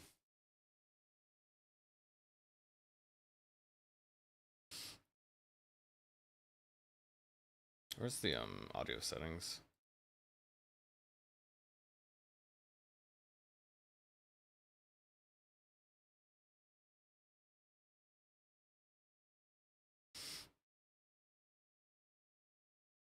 I guess we'll keep all the other stuff on.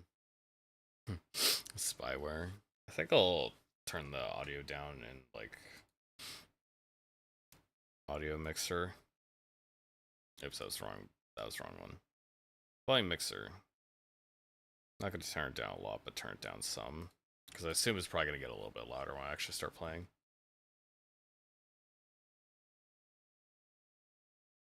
Okay, we got that. The other one was gameplay settings. I don't think I need to change any of these.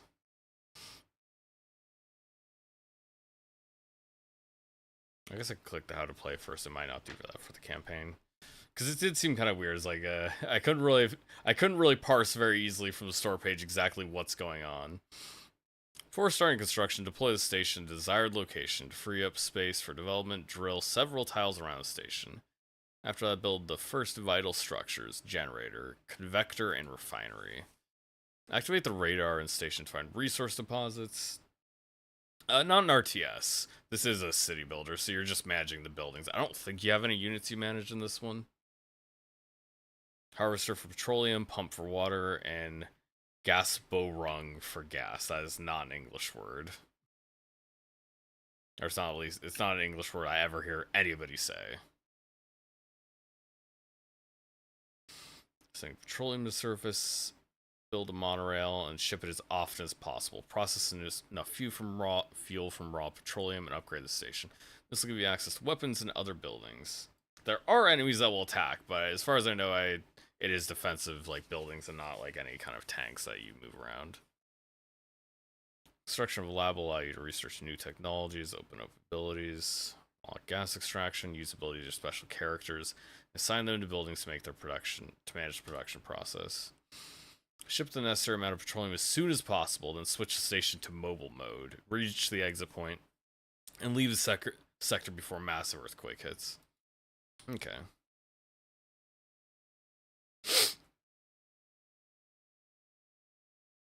Okay, geophysicist. Country, Latvian SSR, more innovation points when discovering resources, technology point at the beginning. Special ability, demagnetize. Entomologist, Jacqueline Bennett from France. Studies insects. Gain technology point in laboratory using obtained DNA samples. Physiologist, John Walsh from the USA. Helps injured and sick people return to work. The Russian does not encourage you to pick this as your first option. Who needs to help the injured and sick? Just throw them out of the colony.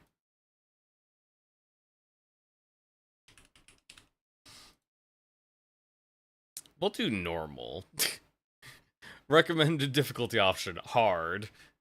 Numerous and dangerous enemies, higher randomness, buildings production processes yield fewer resources.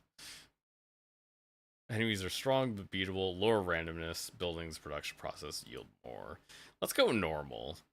Let's see if I can actually beat it on normal the first time round. International Transatlantic Mining Corporation sends a mine exploration expedition to the deepest reaches of the inner zone. Main objective, exploration and petroleum production. Yes. Because I doubt I'm going to remember everything from the little tutorial it had, so yeah, let's look at everything.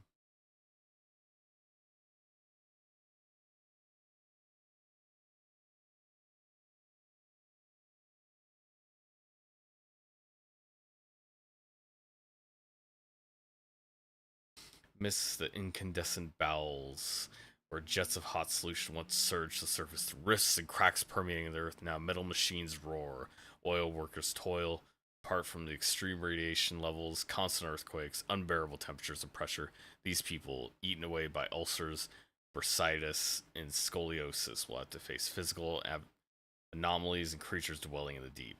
The extraction must continue at any cost.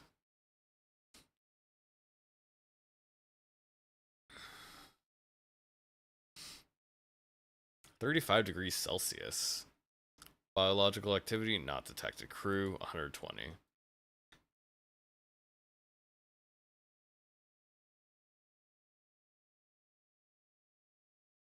Yeah, the game looks interesting, but in terms of how it plays, I literally had no idea. So I couldn't really say too much, or I couldn't really guess too much about it. I just thought it looked neat, so I was willing to give it a shot.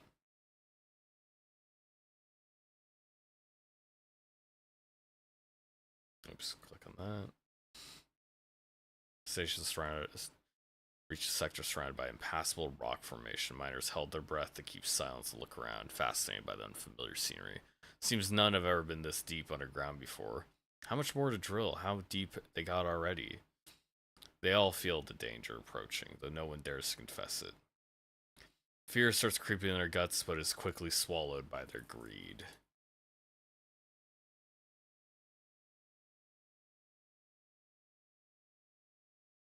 Yeah, hot. Basically sweltering. Depths of the earth, damp, muddy rock, hot fumes billowing from everywhere, metallic hum pressing on the ears. You could hear water dripping, tattered electrical wires crackling, sound of welding. Something's not right, not at all. Tension is high in the air, and it's about to be resolved.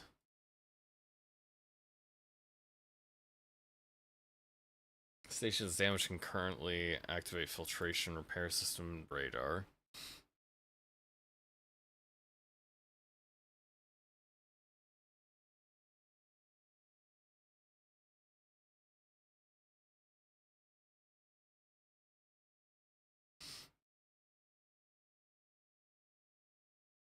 Use drilling. Okay, so drill is... I can drill like one tile at a time. Calendar icon on up left-hand corner to advance the day.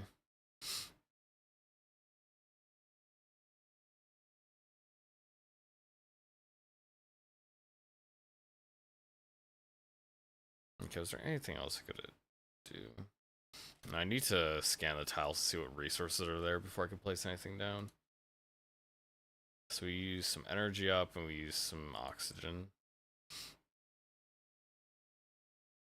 Brilliant. Use the drill in a few more places to make more room for construction. Don't forget to remove the waste rock dumps from these tiles.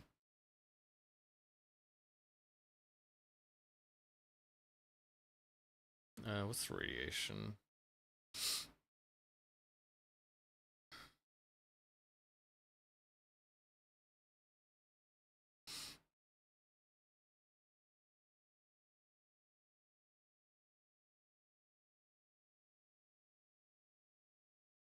Okay. That's the people. Oops.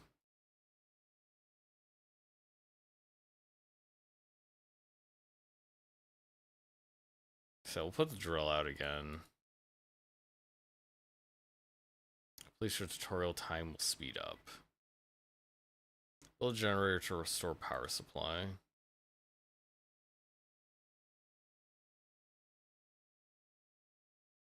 Okay. Yeah, we only got one drill for now, so keep with that. Character unlocked, the mechanic. Probably put the mechanic in the generator.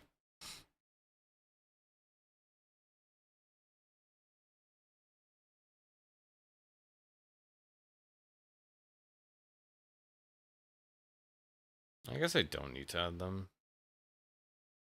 I guess maybe I don't have to use the processes for extra abilities. I could just place her there, and she'll make it do more stuff. Make it run better. Convector to restore oxygen generation.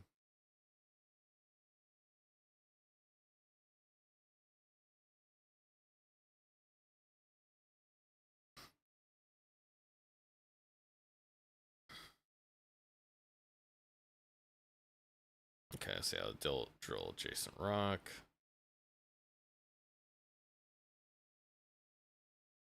I can build something there. This tile's open. I'll just wait for now. Looks like we need to get more oxygen going. So yeah, the convector is going to be going. It's going to be generating oxygen. Suspicious tunnel. Source of strange sounds.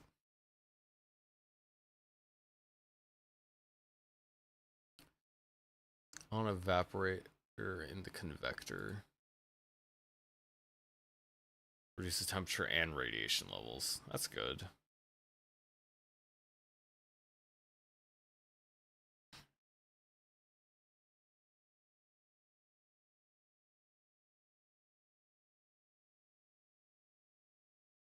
Okay, that's gonna take care of all three of those, yeah.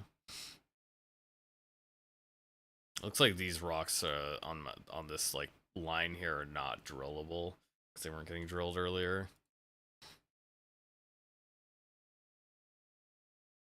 So yeah, we got fuel coming in pretty good. We need to go try to start getting petroleum. What's the thing that gets petroleum? Stores petroleum. Pump extracts water. I assume I need to actually find a tile with the proper resource. Oh yeah, I'd use the radar to locate the petroleum. How do I activate stationary mode?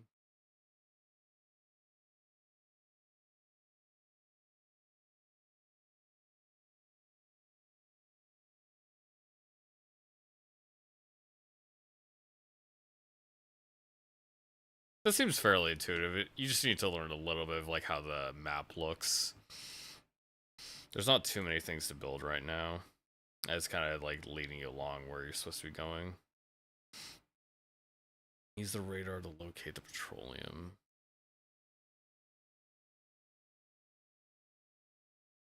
It's not here.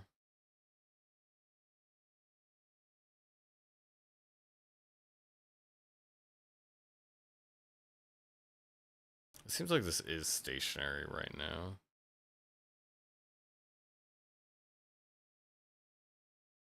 But I need to build a laboratory.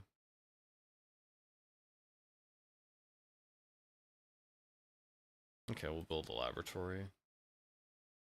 Yeah, I'm having a pretty good time with the anime season. I could show you the stuff I've been watching after this game. So we'll make the laboratory. I think we'll go to our next day now. Cost us a little bit of water for the convector. Find the Arabic station. Mysterious Arab station. Names means Pond of Abundance. The entrance is sealed.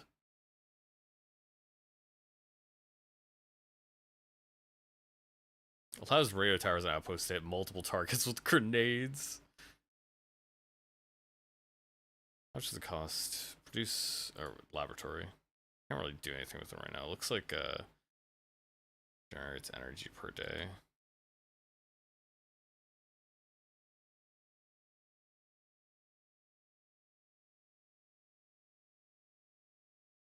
Send it on expedition. So yeah, once I get enough fuel, then I can upgrade it.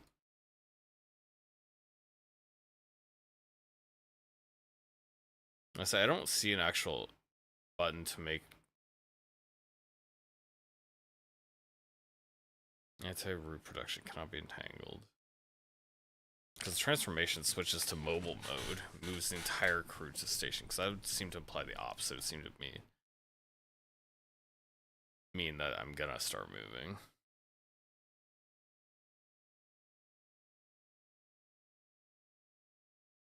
Let's do this.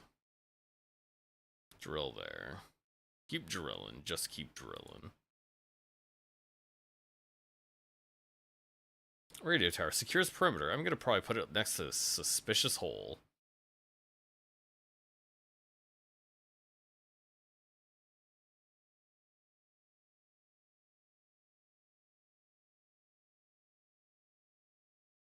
What makes the fuel again?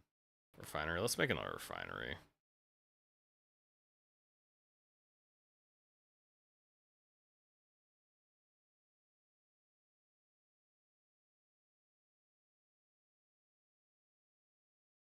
I don't think it's gonna send a bunch of stuff at me right now. As a decoy, device generates vibration attack to attract blind creatures. That could be better than the grenade volley. I'm gonna get the station generator for now.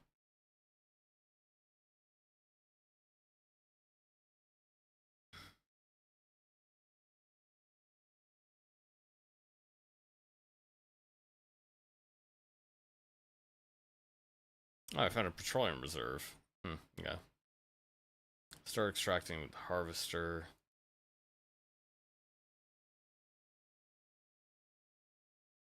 Rhizomi. Dangerous massive roots, undefined nature, could be harmful to equipment and even buildings in proximity. Yeah, let's just... Oh, I don't have that character available.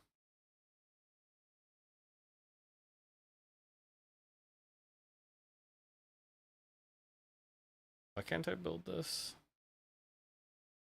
Only be built near water resources.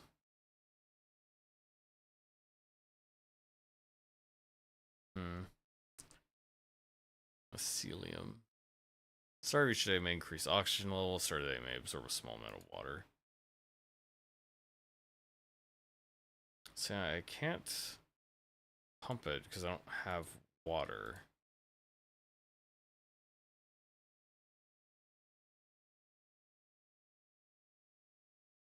I can't drill more that way either. So I guess we'll go in this place. Yeah, this season we got 100 Girlfriends, which is really good. There were a couple other ones that I tried watching that I did not like. But I do love the Okinawa show. The Okinawa show is really good.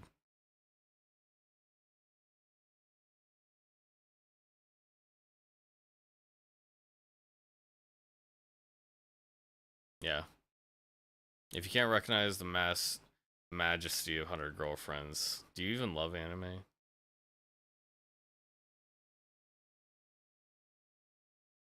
Okay, so yeah, we can upgrade these things too. Clear them.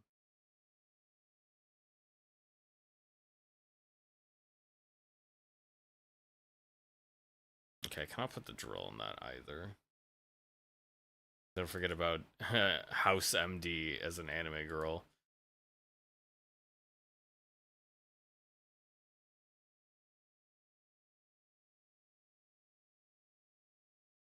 I think I'd probably rather have my drill go this way because I can't go back this way. Because there's just nothing to drill in that spot.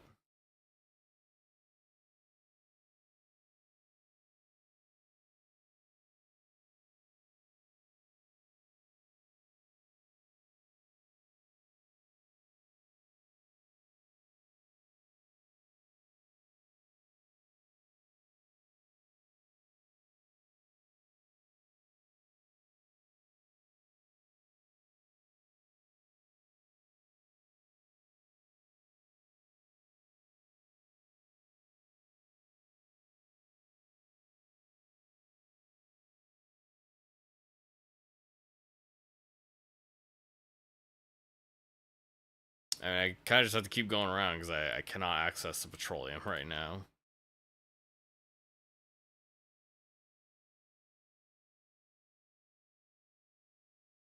Theo returns. Good news, doors open. You're mesmerized by the dried gasoline stain on the left side of her shirt.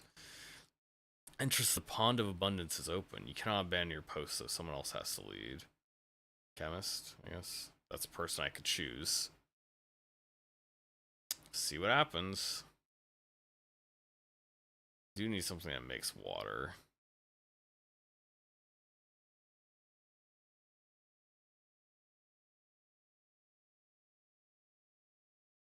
Oh wait, was this the thing? The harvesters extracts petroleum? Oh, I might have been silly.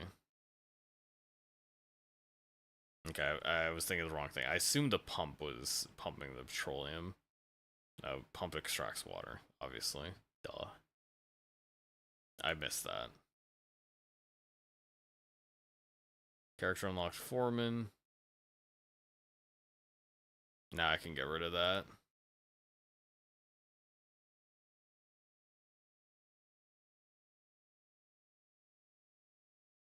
Refined petroleum in the refinery.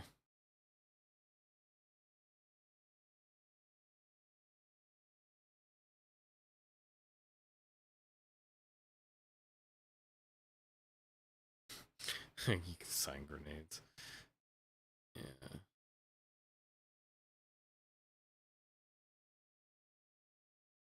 Scientist on a mission. Thea is alive.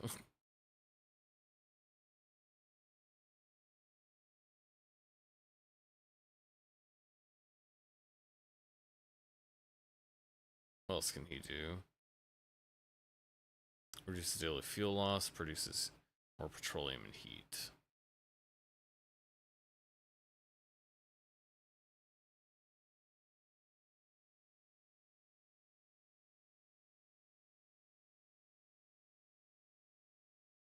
Okay, extract all petroleum.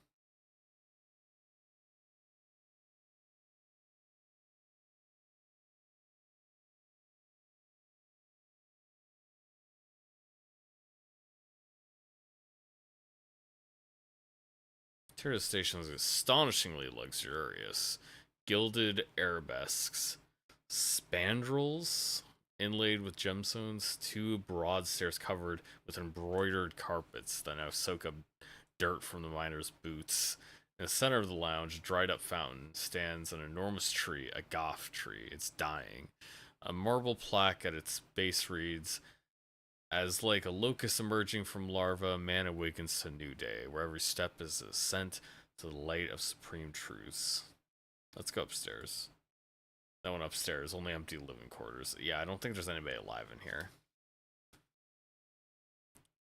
Topographical map and logbook. Obtained data is incredible. There's a whole ocean of oil beneath us. The vast reservoir doesn't appear on our maps, but has a name. Hyperborea 12.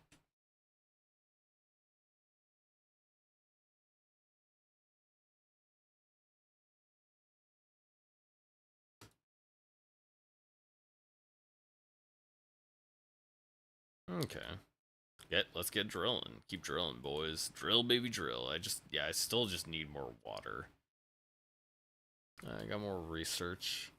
Adds another drill. Would you like some existential crisis with your game? That sounds like Russian games. Would you like psychological torment? Would you like to brave the fires of nuclear winter with me?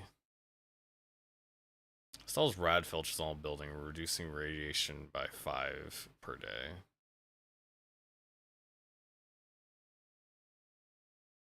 I don't even know where the radiation is at this point. Oh, there it is. I don't have a radiation problem yet. It is hot.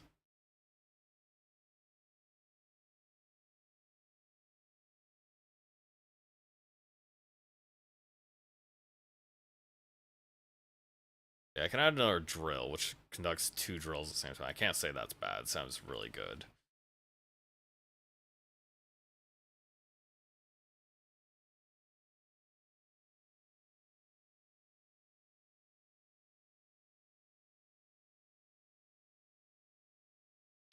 Yeah, I don't need more energy.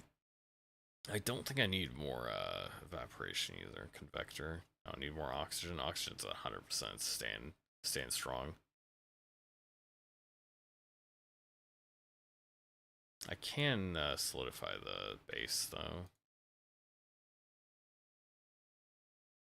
Got a drilling rig and a boiler and a hydro generator and a concentrator and a turbo pump and a terminal and an outpost. It's a lot of things at once. Probably give it to me in stages.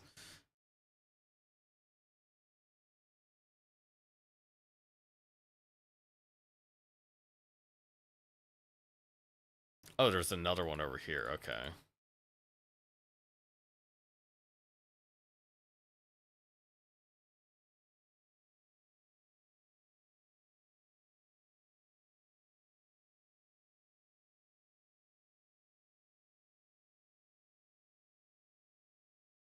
I just don't have the... Oh, odd. I don't think I have the ability to scan anymore.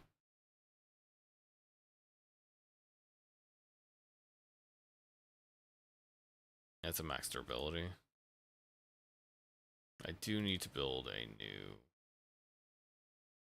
harvester and put it next to this petroleum. Because that's not a petroleum tile, isn't it? Looks like there's another petroleum tile. Maybe that unlocks the next petroleum tile. Let's put one on the other side too.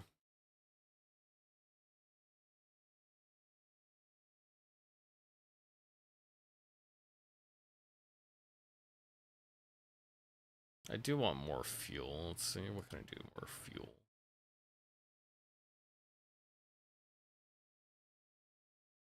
Because yeah, this creates fuel daily. That's all done. Done's out. Should be fine.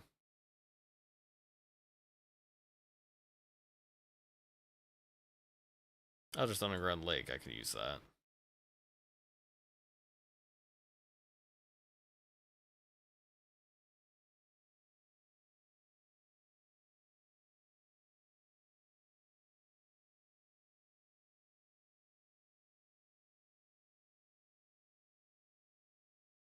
Drill this way as well.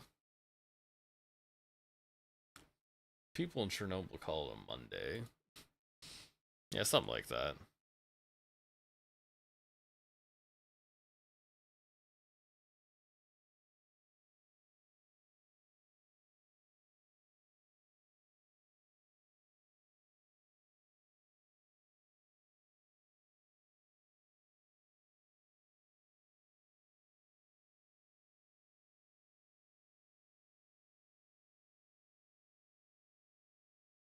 Yeah, it seems like that's good for today. I haven't had a need to upgrade my refinement. I guess I could upgrade this. Get more fuel every day.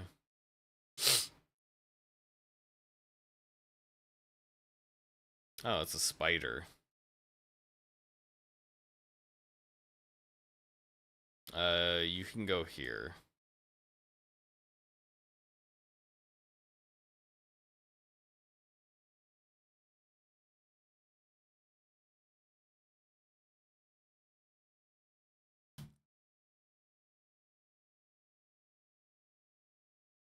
Did I hit it? I did hit it. Looks like I can use it once. Actually, can I just keep using it? No, I think it's once per turn.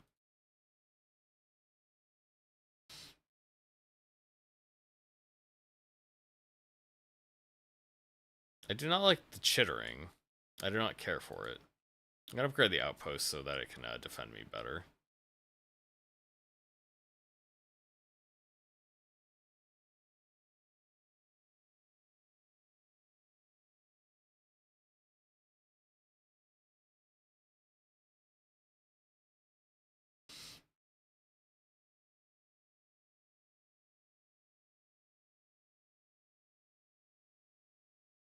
Yeah, I don't like that it just keeps doing it. It keeps doing it. It's gross.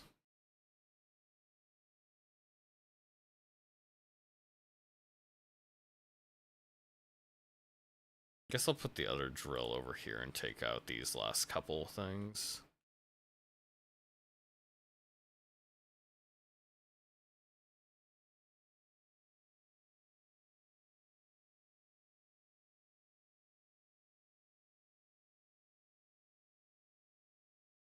Oh, it's just like yeah,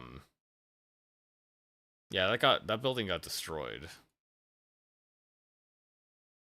The generator is not destroyed, but it got damaged.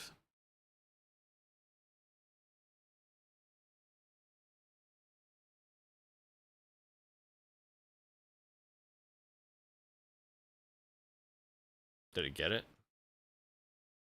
No, it has 9 HP left.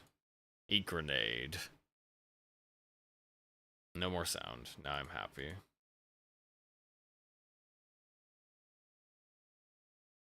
Honestly, I don't need to repair the pump because I just need to do its job one more time. Oh, building's damaged. It can't do its job. Dang it. What was even in the corner there? Was that the water, the thing that gives me air? Yeah, thing that gives me air. I probably need that. Or I'm just gonna die.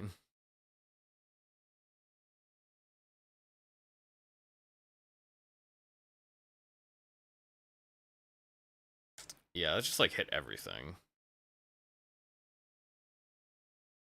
Oh, equips the facility security officers with automatic weapons. Risk of someone dying in a confrontation is quite high. I don't think I need to repair the harvester because I can't extract anything else anyways. I won't get rid of it yet because maybe it might be able to extract from further away, but yeah, I don't need to worry about it right now.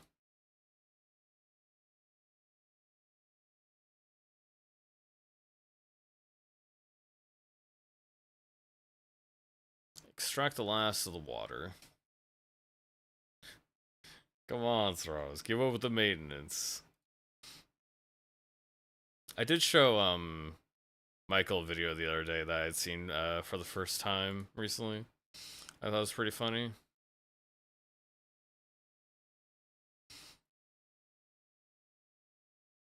It was I forgot what it was called, but I think it was just like Lutheran memes or something. It was from a channel called Lutheran Memes. It's like a decade old. I can link it real quick here. I'll swap out. Because I can just grab it from our conversations. I'll just post in the chat here.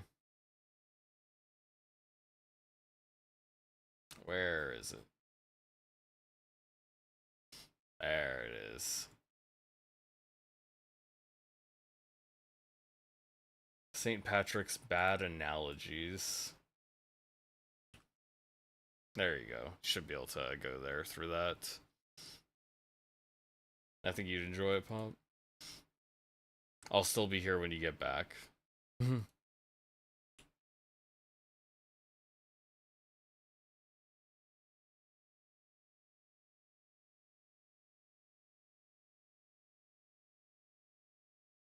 Okay, so there must be another petroleum tile nearby.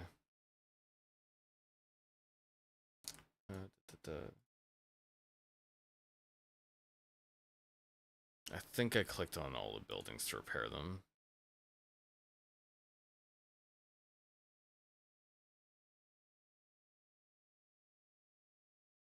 What is that?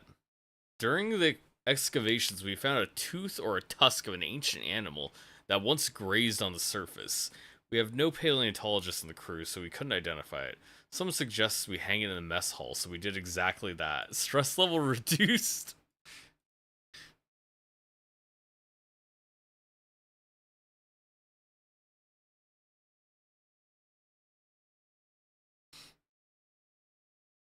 Oh, no. I don't like that.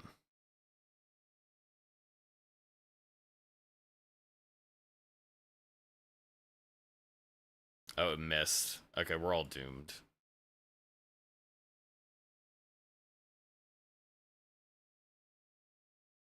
Can I, like, give these guys the...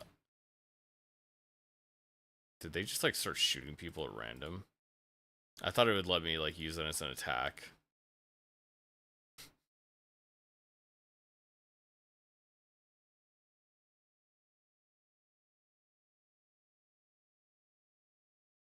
Apparently not.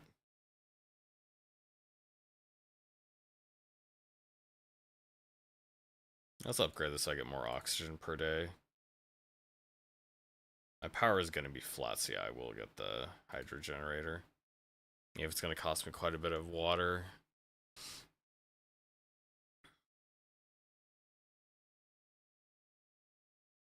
I'll actually wait a week.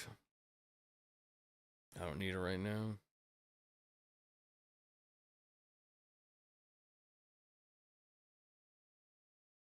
Oh yeah, we'll deactivate that for now.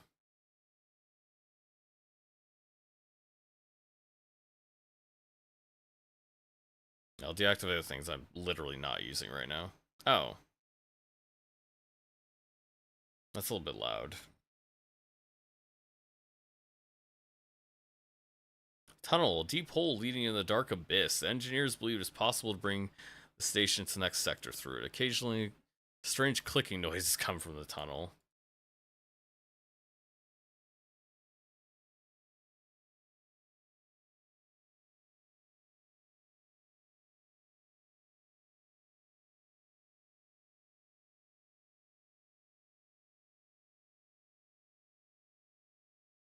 I'm destroying the cocoon. Takes 50 petroleum? Yeah.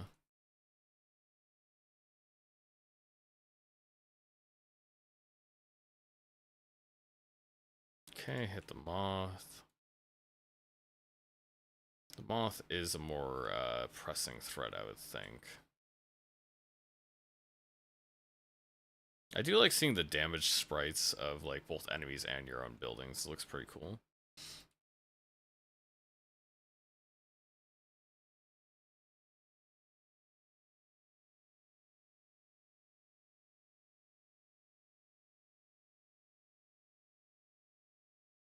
A drill, baby, drill. That's pretty darn funny, Patrick. Oh, I bet you think you're so clever, Patrick. Why didn't you just say so, Patrick? Yeah, get to the point, Patrick.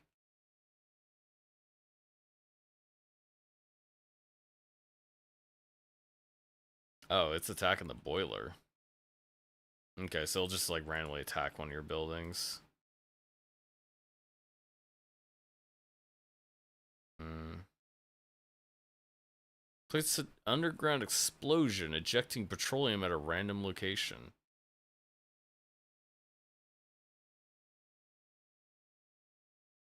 Yeah, why not?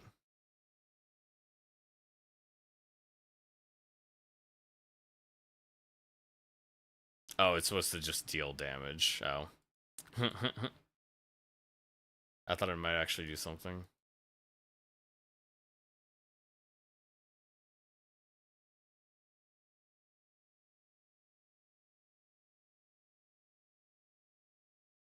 Well, the moth's dead.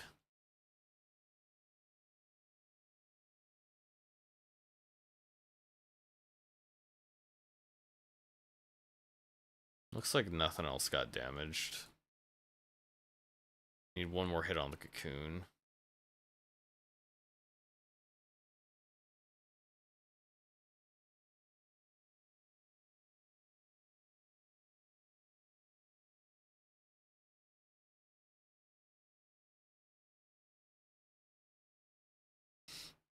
It looks like these are the last couple tiles to extract, so unless I find a petroleum here, I'm gonna be moving on.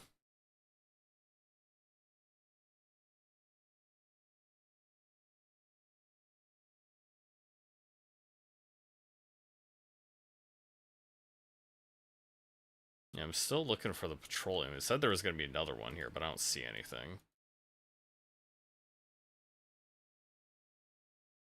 Kind of just gotta wait while I drill.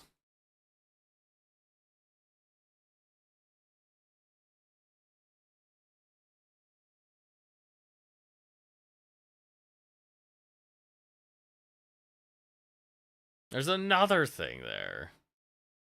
We discovered a single picture of a Yugoslavian film star, Gojo Gojko Mitic.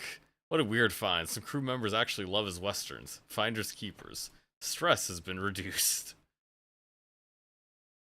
So yeah, let's put her back in the outpost, and let's increase fuel volume by adding cruel petroleum. I don't really need more, actually, of that. Yeah, let's use a grenade. 45 damage.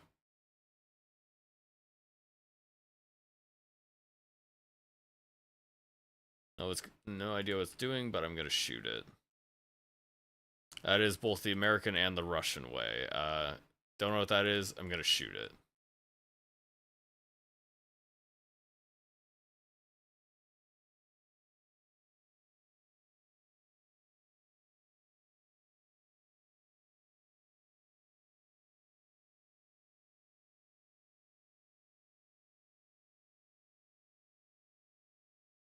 Okay, it didn't do anything that turn. I missed. The grenade missed. And the shot missed. Play cheerful music. At least the radiation and temperature is really low. Turn on the old device at your own risk.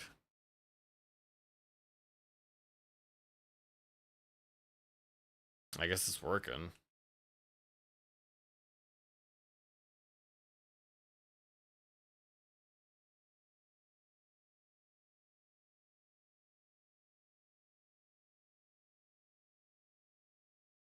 So many of these people are just willing to go out and drill in these conditions when there's just a giant bug thing out here, humpback crawler. It's just here, it'll be fine. I guess these are damaged, or that is damaged. Otherwise, no, I don't need anything. Keep going.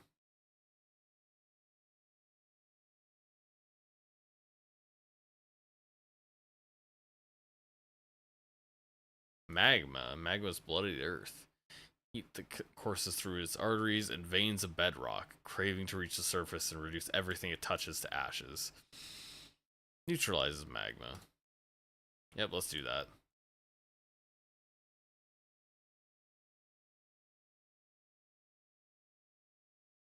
I think one thing it could definitely do better is leave people where they're assigned, so I don't have to keep reassigning the mechanic every time I want to kill something.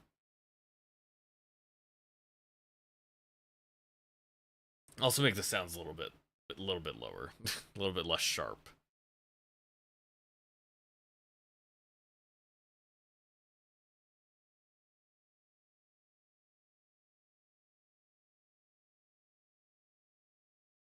I still have not found the petroleum because I didn't scan for it previously.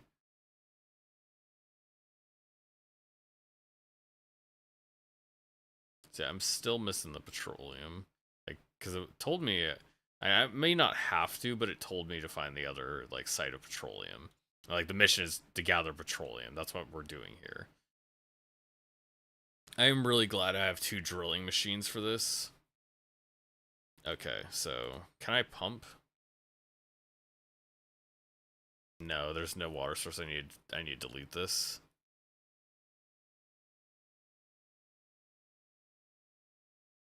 Hellflower. Unique plant blooming from the heart of volcanic stone. Exudes I don't actually know how to pronounce this. Fetid, Fetid, fatigued smell. Just I know it smells like rotting flesh. I know that's what it's supposed to mean. I just don't know how to pronounce the word.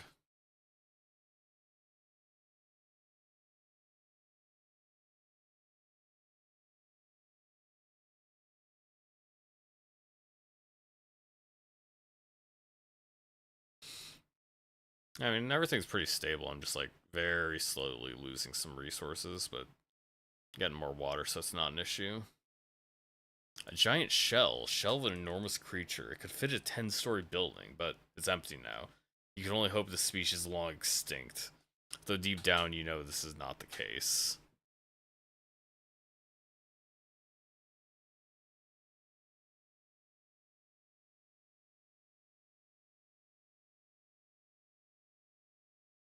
Oh, there's another tunnel.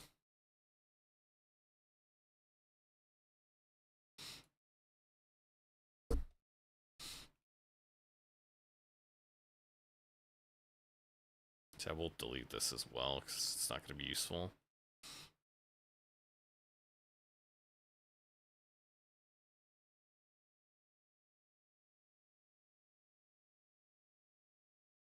Now we don't have anything to throw out a grenade at this turn.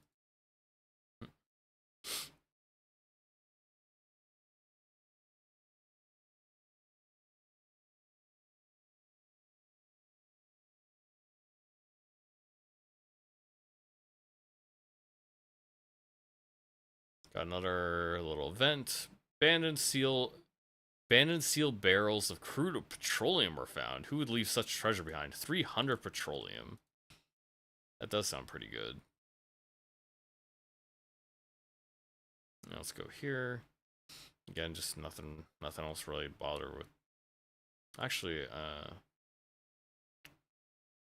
instead of doing this one, I could probably do this one. I don't think it's actually going to end up being faster.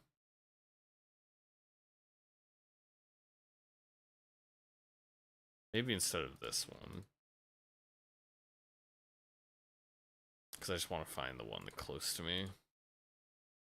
Another cocoon I can take care of. Only available once a week. Okay, so that's going to heat up for a little bit, but I can take care of that later.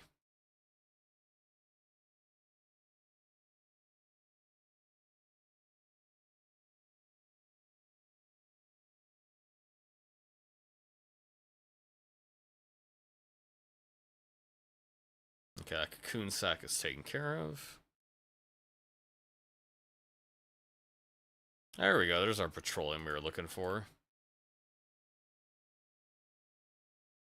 Build our new harvester. And we are good. We'll be good to go.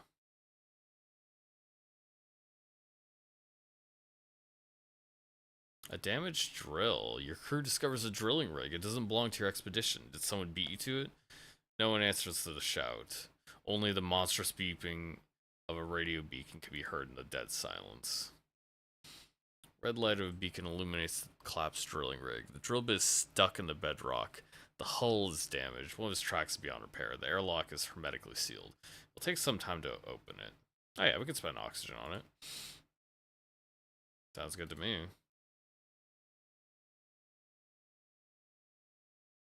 And we have a bunch of petroleum, so we actually don't even need to generate more energy, I forgot. Yeah, turn on the old air vent, let's see what happens.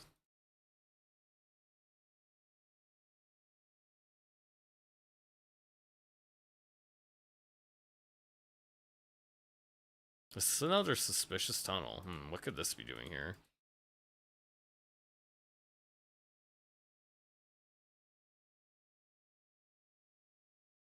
Okay. Checking our expedition. Half-ruined cabin is abandoned. No one dead or alive. Most of the documents were incinerated in the explosion. The only part that survived turned into a wet mess during the extinguishing. Red Mayday light still flashes annoyingly. One of the miners turns it off. Retrieve the data recorder.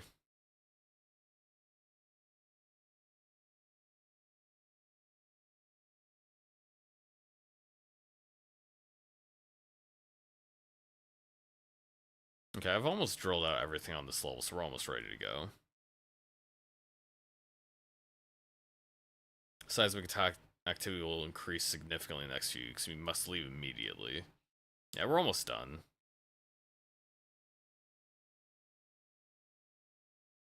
Move station to the exit point. Yeah, we're ready to get out of here.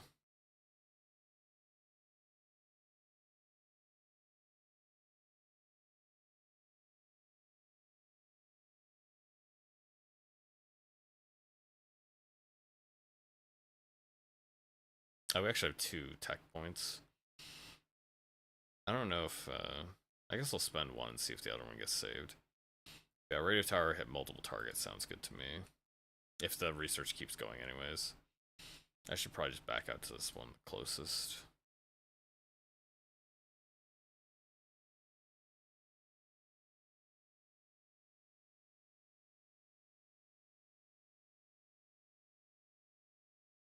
Yeah, we got 9 days.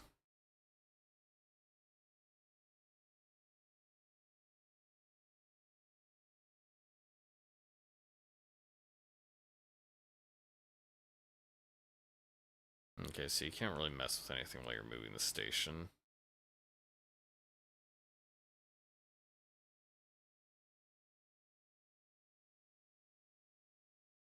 You just move the station every day. I have a couple days, so I can see the end of this mission. I'll just deploy it here next to the exit. Human screams of white noise intertwined with radio waves. It appears that the drill belonged to some kind of mother station, an Arab one nearby. So yeah, connected to the other one we found. I guess there's a snail out here now. I'm gonna get out of here.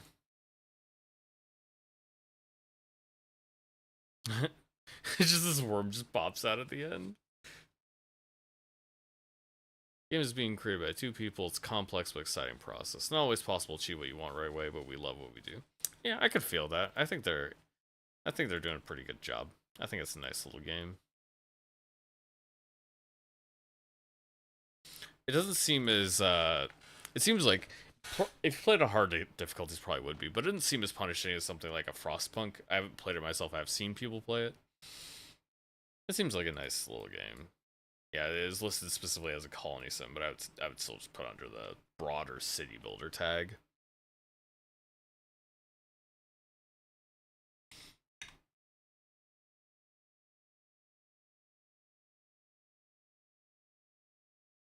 Yeah, I enjoyed it. Got 3 more. Now, next one will be an RTS. I'll do Crown of Greed next.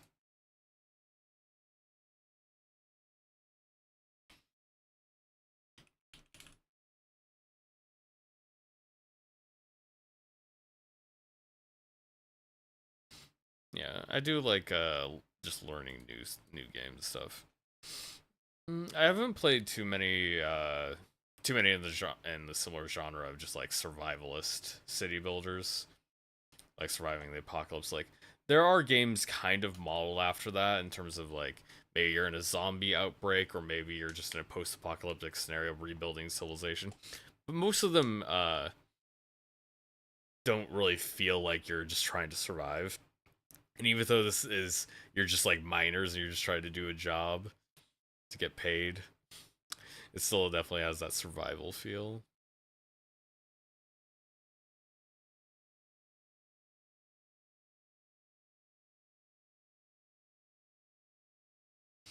Yeah, it doesn't take too much to get your head around, not too much to rope your head around. A lot of it is about the vibes, and it does a pretty solid job of that. The game, like the management aspects of the game, are pretty light. I found to be pretty light, at least on easy mode specifically. I assume the hard, maybe they are like I think they called it normal mode, but yeah, I would just call it easy mode, as there wasn't that much management I had to worry about so much. I'm wondering how the balance would change if I was playing on hard.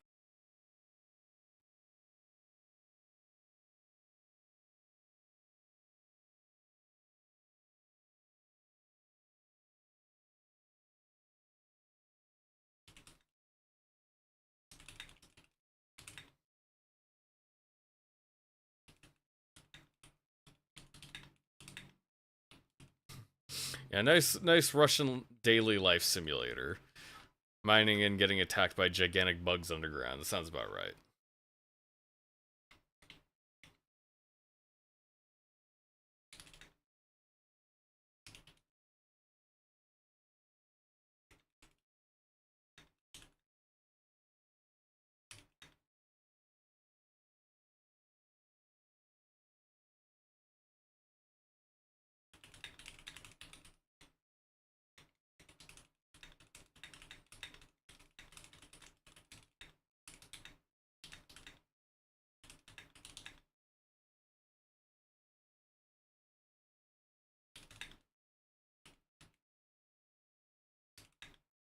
Yeah, it lives off the atmosphere and writing. If you enjoy it a lot, I think it definitely elevates the experience.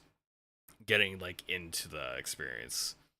That's a big thing for Frostpunk too. Getting into the experience, like feeling the life of your city and not and becoming attached to it, and not wanting it to wither away, is what keeps you going. Makes you feel more emotionally heightened, and the writing helps for that.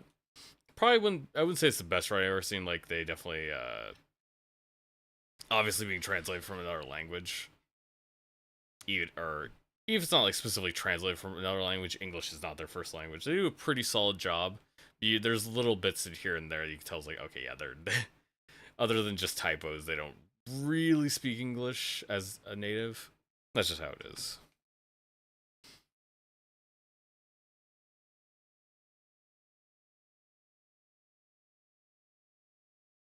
I said, let me double check and see if it is Russian because I remember seeing the devs' names were like seemed kind of Russian.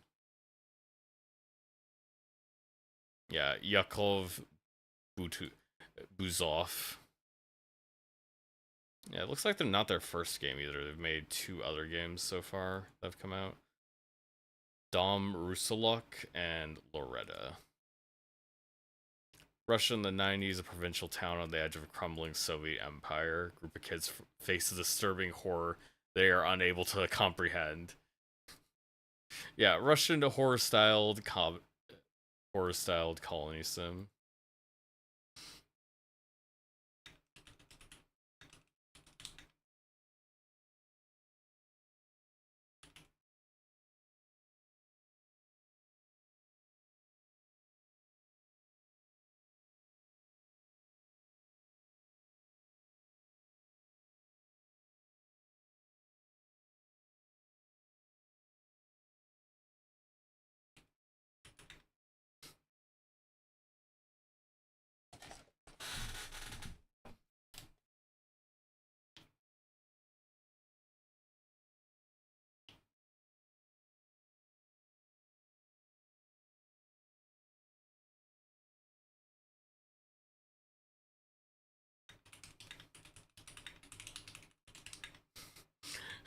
and a very Russian perspective.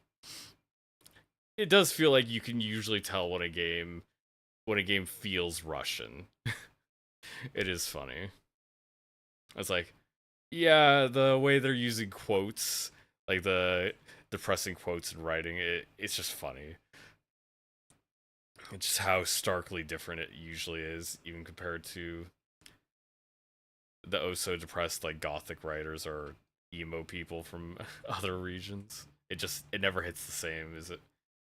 Suffering is a way of life. It never hits the same if you aren't actually Russian.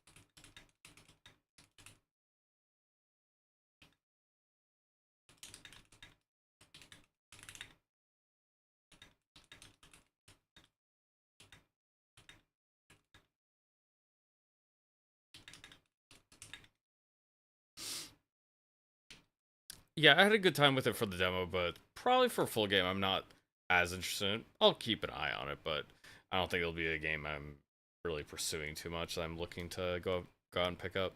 I'll see how it does at launch. I'd like to see if they can pull something off. They get some sales for themselves, it'd be nice.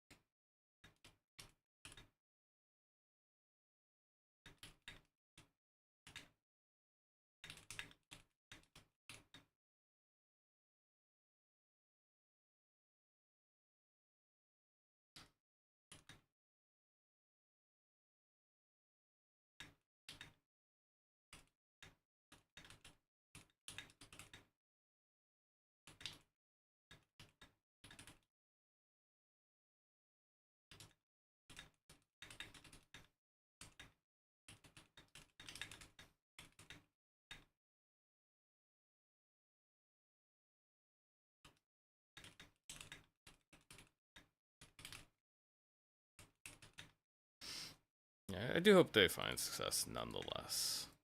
I was gonna say, how exactly do you spell nonetheless? Is it just one word? Yeah. I didn't know if it's one word or not. Yeah, Crown of Greed. We'll do that one next.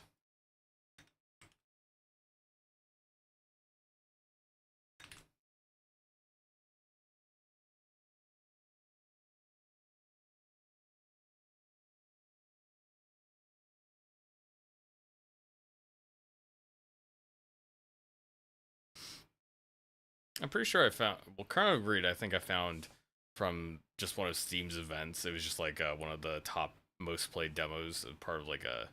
either RTS Fest or Strategy Fest, one of those events.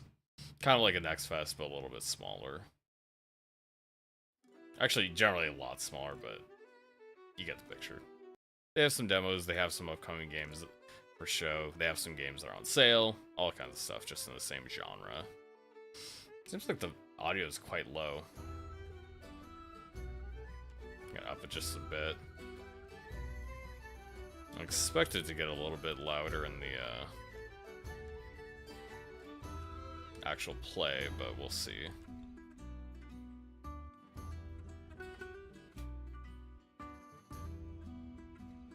Devil's Eyes scenario, I think that's the only one you can play as.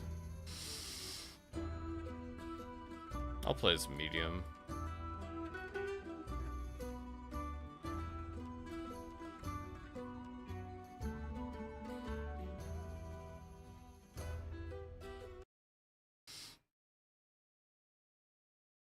Large orc lady. Or maybe she's just very close to the camera. She is on a log, so I can't really tell.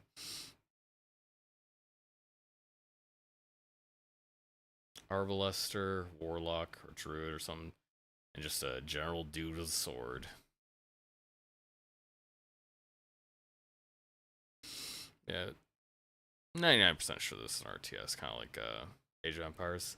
Lord, the land looks peaceful, green meadows, birds singing, but let's not be fooled. Undead are seen in the area as a warning, not an invitation to feast. Are they automatically going to... Do we... We don't have click drag. I hope there's a button I just don't know that lets me click drag, or else it's going to be a massive problem. I don't think you can have an RTS without click drag. Marketplace level 1, blacksmith level 1, inner level 1. Maybe I don't control units. How do I build?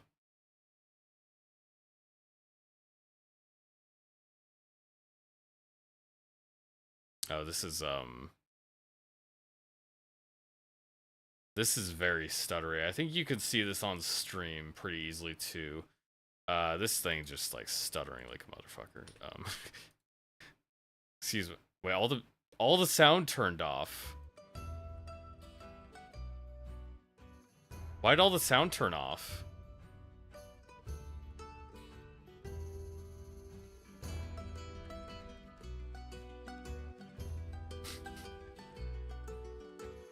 Also, my FPS value changed from... Oh, it's the VSync probably.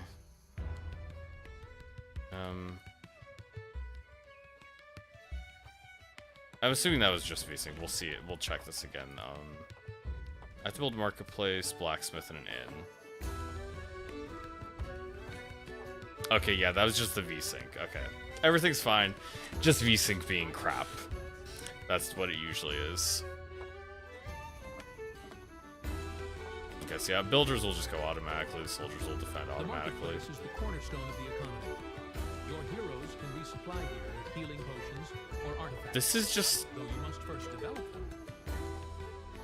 This is just like an AI, Also unlock the ability to build a trade post. I think it looks... Oh. Head toward the nearest marketplace. Ian, what was his name? Played Magneto, Ian, whatever his...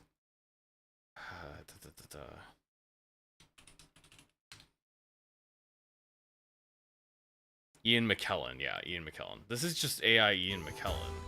Yeah, you got it. Yeah, that is AI Ian McKellen, 100%. See, I got in, marketplace. It's kind of weird that they have like a ring where you can't place buildings within each other. Most games use squares for a reason. Or maybe even hexagons, but either way. Using circles is kind of odd.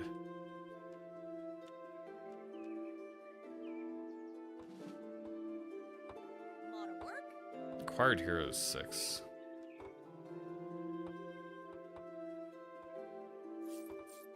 Oh, I guess heroes are units I can actually control myself or something. For the kingdom to fight, you need heroes, my lord. At the forge, heroes will be able to upgrade their equipment. And with each level of this building, we will be able to research better armor and weapons.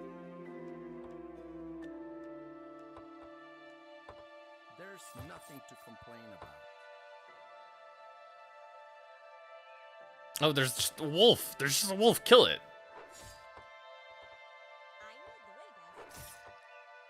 Man, this is exciting gameplay. Look at this. So do guard towers like give light? Now let's recruit a couple warriors. New building has been completed, my lord.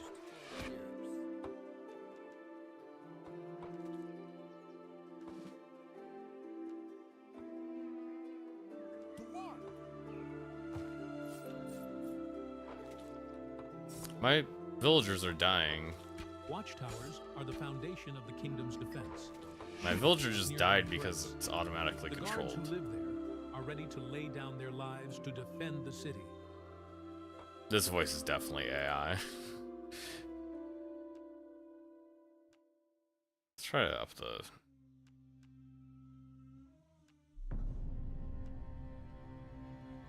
Try up the AI voices a little bit so I can actually hear what they're saying. More work?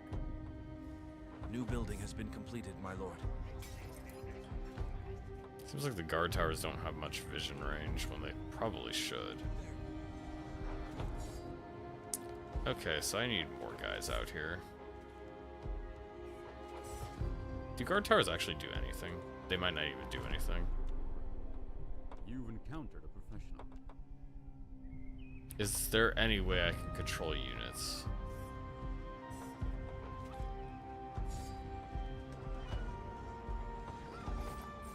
New building has been completed, my lord. I don't have enough money.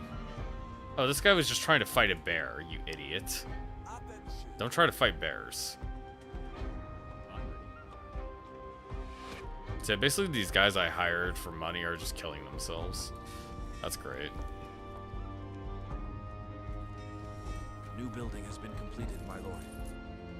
I wonder what would I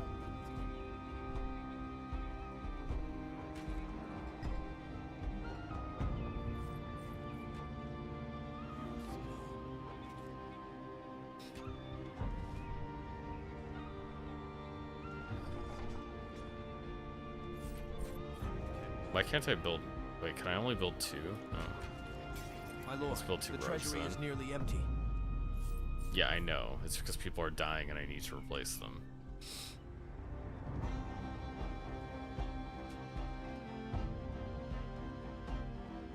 Seeking opportunities Just say to the fight. word. Am I supposed to search for something? That's one strike game. Stab, pause, stab.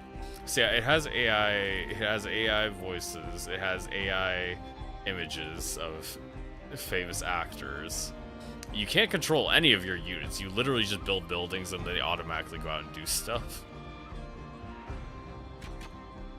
Our archers attack at melee range and die.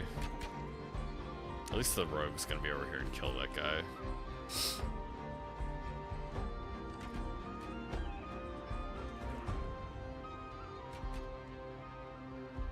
Oh, I guess each guard tower makes a new guard. Okay. Civ 8. Yeah, this is a real Civ 8 over here, dude.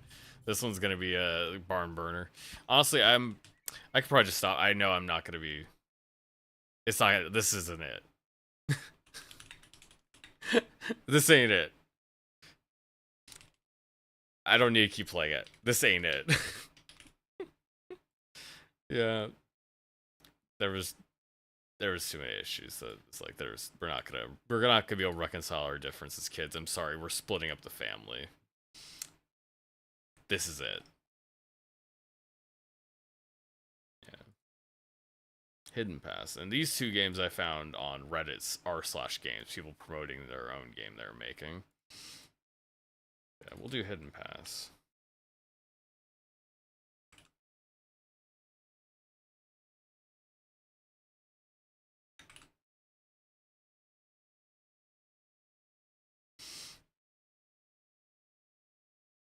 This one is a turn-based strategy game, Hidden Pass.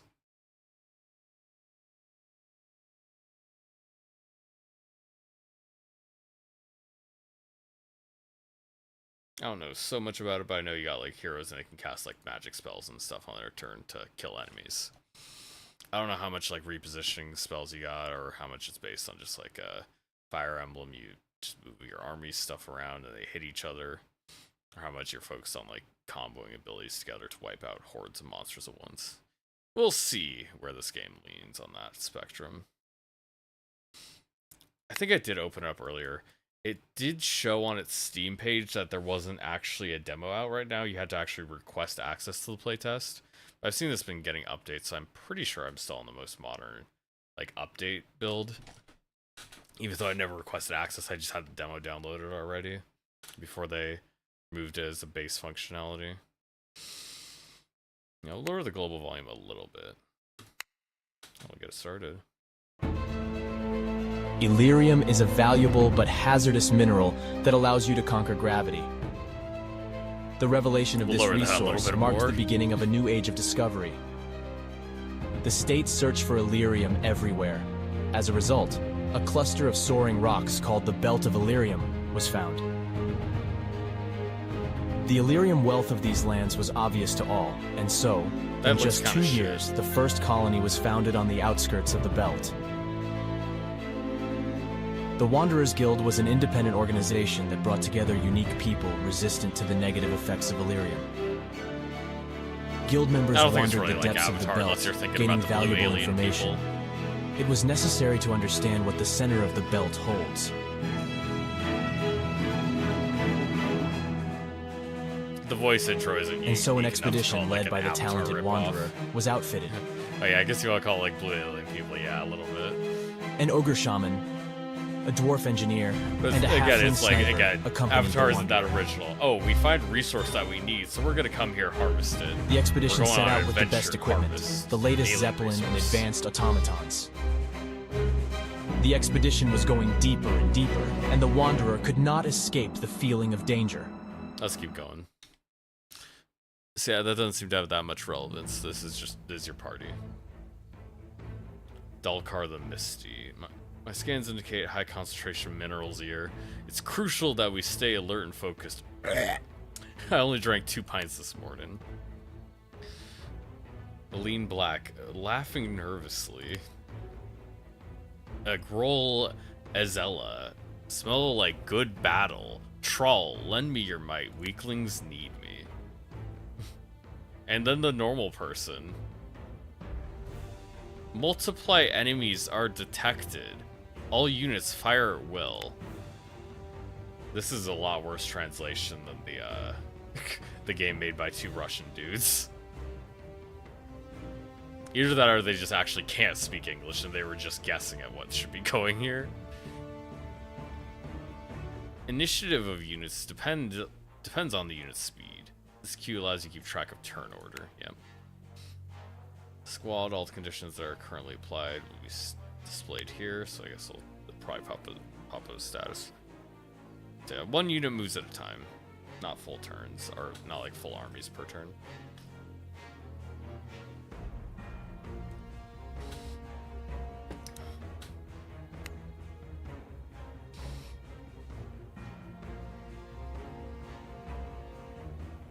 Scroll wheel.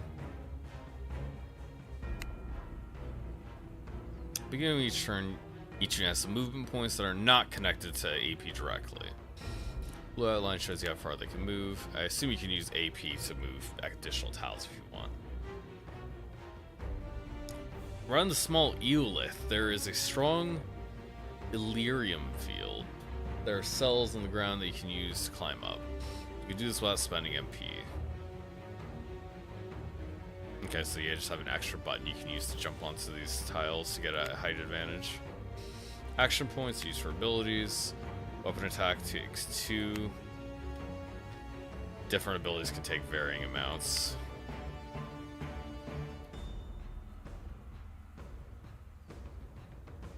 Okay, some things have detailed information, like sets invisibility. You cannot be the target of enemy abilities when you're invisible. You still take damage from area effects. This state ends once you receive damage. Using abilities gives points of Illyrium poisoning, which are displayed on the counter. Movement points are decreased, magic damage is decreased, direct shot raise, firearms decreased.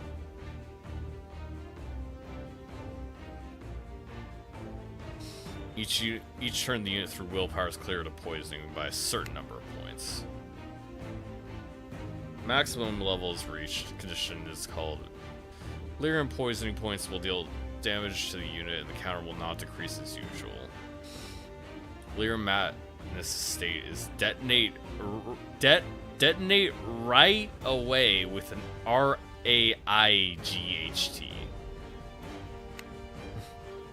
I'm assuming automaton means like enemy automatons we run into.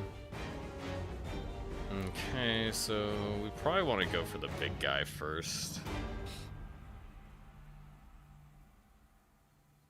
Okay, so we can stand on the purple tiles if we want to go up there. It is good that it shows you exactly where. It makes it a lot easier than trying to just judge. And it is also better than, or it is better for the game than showing your walking points on that tile. So that is something good that they did. If they're gonna have like this little mechanic here, they've correctly accounted for it. Yeah, okay, so I have a rifle shot that does up to 40 damage for 2. I can disable a limb for that guy instead. Headshot does even more damage. Okay.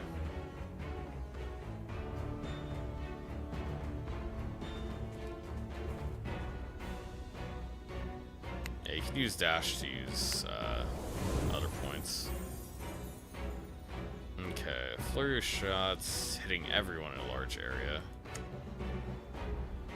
Using ranged attack, the unit can never miss, but depending on the distance, you can deal less damage. Okay, so yeah, you have to be close. This is a shotgun ability.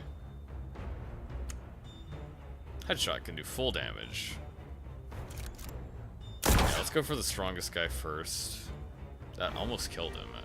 He's very low. It also has a little HP up there, makes it easier to see as well. That is good. I don't have any AP, so I guess end turn.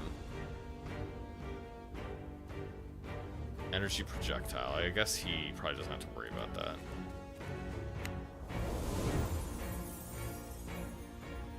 See, I can take that guy out with this. Mage fires a burst of energy, series of blows in front, sets dumbness on target. You cannot use abilities or take actions that deal magical damage. I'm sorry, we're not allowed to use the word dumbness anymore. It got eliminated with the word retard. We're not allowed to say that anymore either. You make them differently abled for 1 turn. That's what it needs to read as. I'm sorry. I don't make the rules. I just make them up. That's actually the same thing. Kill him. There we go. Main guy's down. Grand Aster. How much movement speed do these guys have anyways? Doesn't actually show me.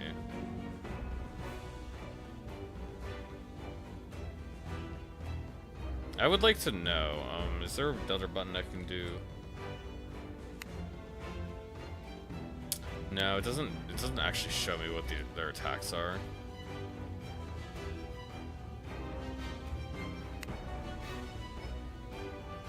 Can they jump up as well? Yeah, I assume so. Okay, so they only have a melee attack or something, that's why I assume he wasn't attacking me that turn. Can use the special action by spending some MP to initiate flight and to descend while in the air. Using flight, Illyrium poisoning accumulates. Magic damage is increased while flying. Okay, so you can fly on 2 different tiers. So I guess it also prevents you from getting hit by melee attacks too.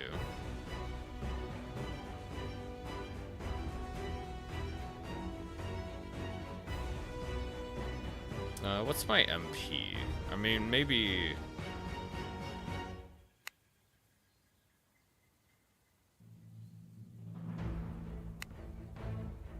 So let's just fly for a bit. Okay, so I can use flamethrower on the both of these guys. It's not gonna take too much Illyrium poisoning, I'll still be alive. So yeah, let's do this. Let's flamethrower both these dudes. I can turn the effect sound down a little bit. Turn the global volume down a tiny bit as well. That should be all fine. I can up the volume back to just like -3 decibels.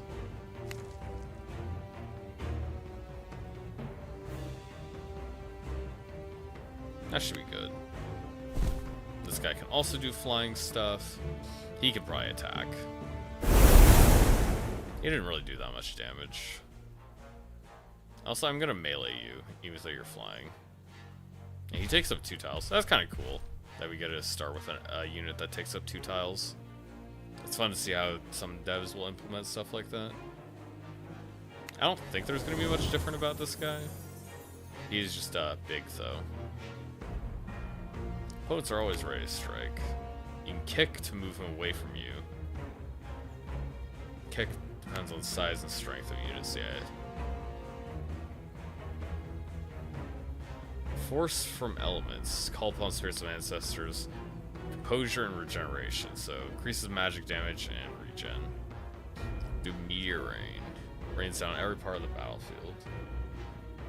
Cold.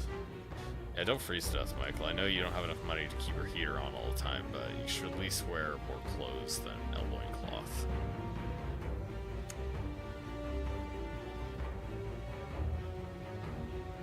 Yeah, we're gonna use that.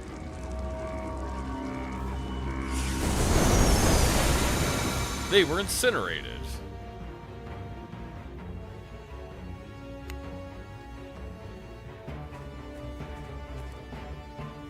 Yeah, we're gonna headshot this guy.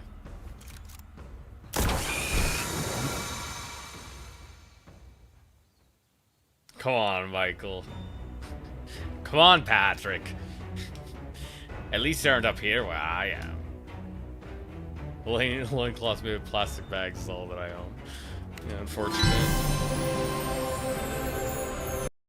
Have you ever tried not being poor?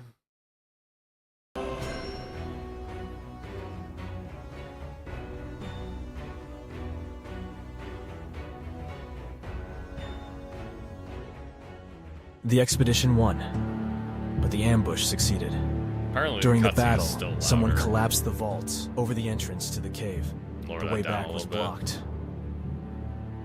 Delirium, exhaustion, heavy wounds took their toll on the expedition. Fighting their way back was suicide. There was only one thing to do, to dive deeper into the caves. Okay, that's what they're doing.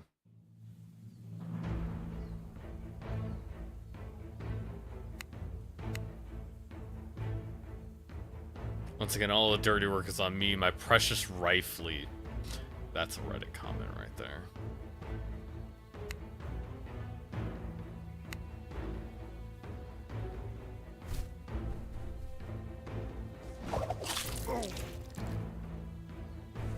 How much bleeding does... Okay, it got kicked to them. I was like, he did 1 damage.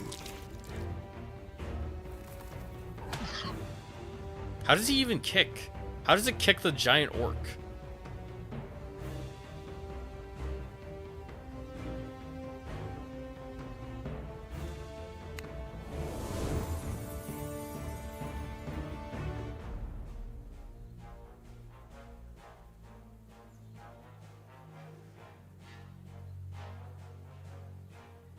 These aren't really that scary. I think I'll just go for that guy.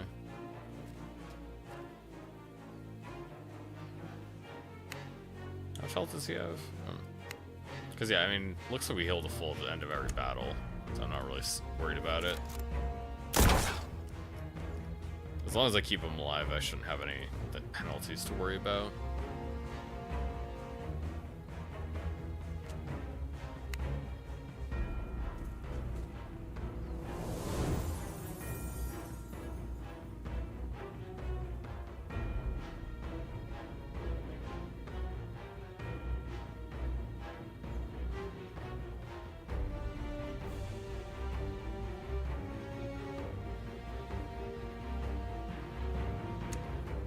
Okay, you can only attack one target with that.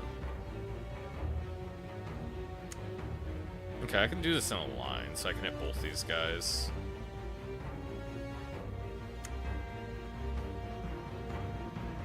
If I could get past my own teammates. Maybe I can still hit both of them. Yeah, there we go. I like that.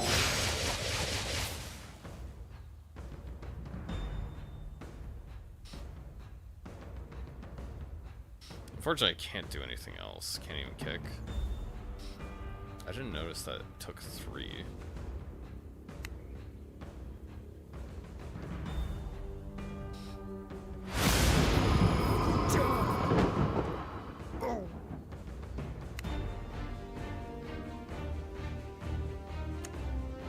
Oh, it doesn't deal enough damage.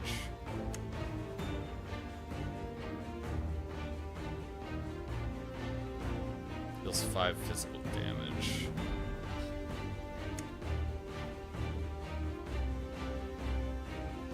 I don't think I can deal enough damage. Yeah, I should just kill these two.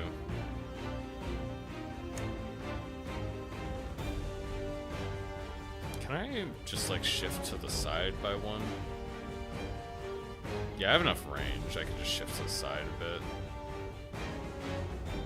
I'll take the hit. As long as it, I don't know if it takes AP, but I hope it doesn't. Yeah. Well, they got roasted.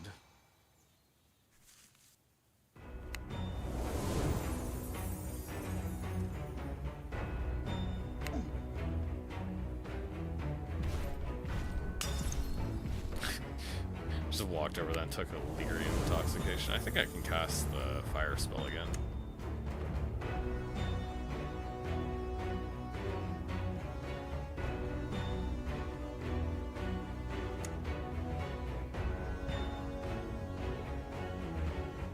This is not as big a range.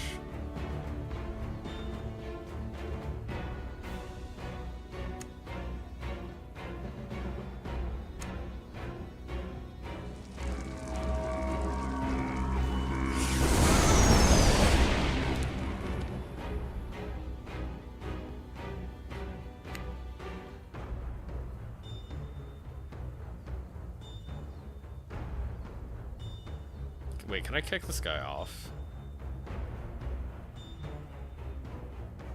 If not, I can cast invisibility. Yeah, you can just kick the guy off. Okay, that's nice. I like that.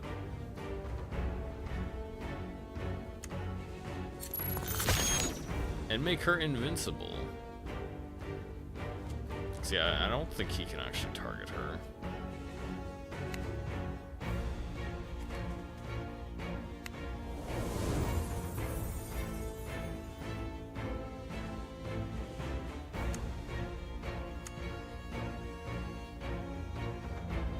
I don't think it's a problem if I do that, but he only has a melee attack otherwise.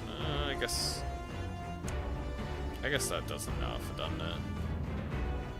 I won't get him a Lyrium poisoning, because it could be bad, I guess. You know? Demons have been vanquished. Pushed through just like true dwarfs should. How much can I sell their teeth for? Spirits of the ancestor are satisfied. In their resolve to push through, they took on a hard fight. I don't like the voiceovers. I guess that's the end of the demo. And I'm probably not gonna bother. It was like, it's okay, but there's... outside of the gameplay aspects are more so what I'm less keen to. Oh, looks like they had different UI before. Yeah, it's like, it's alright, but it wasn't really that interesting.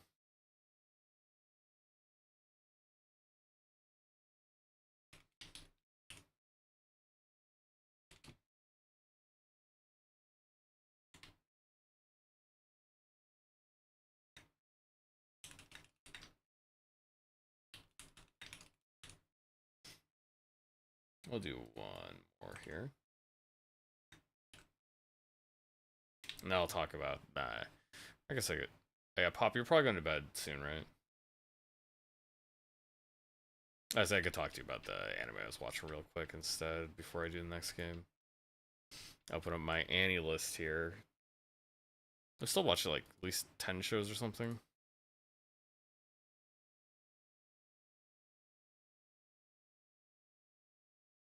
Yeah. Yeah, 100 Girlfriends, yeah, give that a 10 out of 10. Favorite show this season. Medalist, I think that's basically my number 2. It's my favorite of all the new ones, including over the Okinawa show.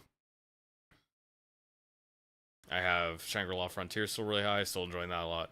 Been more than a couple episodes behind on that one because I want to binge a couple of them at a time because they have usually like 4 or 5 episode arcs to go through. Then after that we have Dad is Villainous. Dad got reincarnated as a villainous. I think that was just really fun. I like the way it incorporates both him and his family back into the story. And like the aspects of him playing the character, and what he wants to say necessarily doesn't come out the same way the character says it, and the way other people perceive the character because of his personality having a huge influence on how she's acting in the Otome game. Then we have Emiku MD. She is solving mysteries and not really doing that much doctory stuff, more just more so just detective stuff than doctory stuff. I thought the first arc was really great. Second arc, I thought the episode 5 is a little bit odd, but you know, I like it still quite a bit. I do want to catch up on Orbin from last season. I only got a couple episodes into that because Michael didn't like it, so I stopped watching it. I have to cater to Michael's whims because he's a little, I don't want to watch Orbin. Orbin the Movements of the Earth. Yeah. And I forgot what was this thing? With like English, because I forgot the English name for this. Guild Receptionist, yeah. Yeah, just Guild Receptionist. Yurimasu. Basically, this one, a Guild Receptionist got one of the OP abilities of the fantasy world. So she kills dungeon bosses so that people stop going into the dungeon, so she has less work to do. Because she's a union employee. She gets paid whether people go into the dungeon or not. And she just wants to clock out on time. She doesn't want to go on day-long adventures and do stuff like that. She just wants to be a receptionist. Yep. I can relate. Aono Hako, basically just the sport guy wanting to get with the sport girl who's a senior. I liked it just fine. I might like it more if I watch more, might like it less, I don't know. I have Zenshu. Zenshu is a little bit weird. I kind of get bored of it sometimes, but I do really like certain aspects of it, like the animation itself. It definitely takes care with the animation. I don't think the story is bad either. It's just sometimes it does drag a little bit. But the way they have her solve, like, I hate mascot characters. Unapologetically, I hate mascot characters. I can't stand them. They should all die. Mascot characters are terrible. And that's one of the main things that holds me back from Zenshu. That's one of the bigger things. Yeah, Bahaneko, that is a fan service show. If you want a fan service show, you know why you're watching it. You know exactly why you're watching it. It gives you what you want. Sakamoto Days, I probably have lower than other people. I have a huge issue with the colors. I hate the way the colors look in this show. With Way of the House Husband, I could not watch Way of the House Husband because I hated the way it looked. I'm not that far with Sakamoto Days. I still find it funny. I think the jokes are good. Some of them I don't think are as good as they were in the original manga. They didn't translate as well. They probably needed to put a little more work in to make the joke hit better for the animated, like the timing you have in anime instead. It's not as bad as I had with Mashal, though. Mashal, I had a lot of... yes, Michael, big plots. Mashal, I had a lot of issues with how the humor worked. The humor just didn't work very well for me. It was very inconsistent most of the time. It just failed to land. I did not like the humor in Mashal. I like Sakamoto Days significantly more in the humor department. But the art style's a little bland, and the colors they chose to use to like light stuff. The lighting and the colors are just horrible. I hate them so much. And it really ruins what would have been otherwise a pretty great show for me. Still watching it. Asura, or yeah, what was it in the Asura? Yeah, I don't know why I have the Japanese names on here. Flower and Asura. I think I switched to the Japanese names because I was downloading the shows, and I was like, everybody's using the Japanese names. I gotta switch to the Japanese names so I can just match them up. But yeah, Flower, or Asura and Sakura. Flower and Asura. Basically, this is about people being in the broadcast club and just reading off poems and different stuff. Yeah, Welcome to Japan, Mrs. Elf. That is another one I have on here. I do have a little bit lower. I like it okay. That and Sourman in Another World. I like both of these okay. I could go without them. They're just nice little shows. One that I do like a decent bit that I might end up putting higher is the Crush at Work, which is this one. Crush at Work is one I like quite a bit. It's just like two people in a cute little romance while they work their office job. Very simple, very nice, and they actually are together. They're like together. There's no who will they, won't they kind of stuff. it just it's straightforward, and sometimes that's what I'm looking for. That's what I want. But yeah, that's the anime I've been watching. So how much was that? 1, 2, 3, 4, 5, 6, 7, 8, 9, 10, 11, 12, 13, 14, 15, 16, 17 plus. No, I think yeah, it's 17. Then I want to finish off like Mayo. There's a couple I still want to finish off from some previous seasons. Spice and Wolf. I have all of that downloaded. I just haven't had a chance to watch it with Michael yet because we've been mostly doing catch up because I've been working on other stuff and he's been sleeping at his family's house 6 out of 7 nights a week. And then we got Mayo Naka Punch, basically just Mayo Punch. Vampires that want to get popular on YouTube. And we have the VTuber show from, I think it was like 2 seasons ago. Maybe it was 3 almost at this point, but I think it's 2 seasons ago. It's like pretty much the most authentic VTuber show. They like straight up have characters just doing streams. And that's just like, that's a show. It is enjoyable. It is funny how faithful it is and how accurate it is, like how it is, how it feels to watch a VTuber. And then we have Negapazi Angler. We only got 2 episodes into that one. I think Michael said he didn't really want to watch it, so I'll end up going through it myself. Yeah, that's another one I want to go catch up on. Because I thought it seemed interesting. I liked the first little bit of it. I like fishing, so yeah.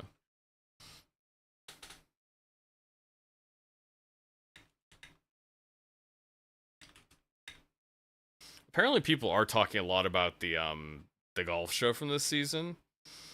I forgot what it's called. Oh, I'm not logged in. That's why it's showing the other names. That's okay. That actually explains it more. So it's showing the Japanese names because I'm not logged in.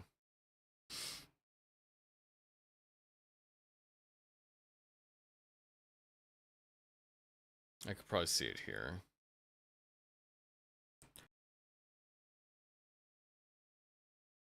Sario Utility, that's what it was. Yeah, Sario Utility is one people have been talking about a lot. They've been saying it's like really good. I thought it was okay. I didn't really get too into it, but I could see myself getting more into it. I felt more like going back for Tonbo and watching that one instead for golf shows, or going back and watching Birdie Wing. Birdie Wing sounds pretty interesting. From the way, like, see Blaine's Escape Corner talk about it. God rest his soul. Just shreds. Yeah, about Hidden Pass. It was okay. I'm more interested in talking about anime than Hidden Pass.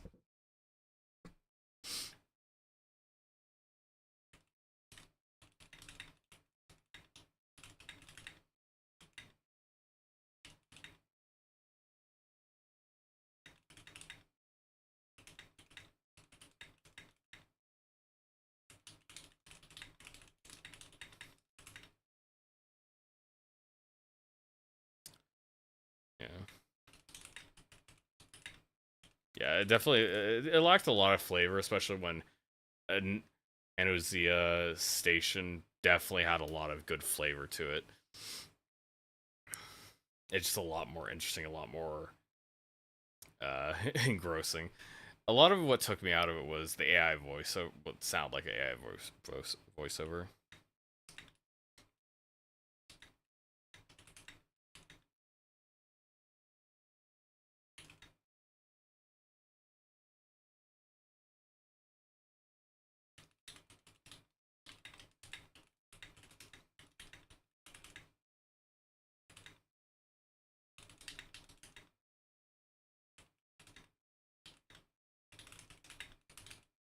Yeah, the Reddit tier dialogue with numerous spelling errors did not win me over.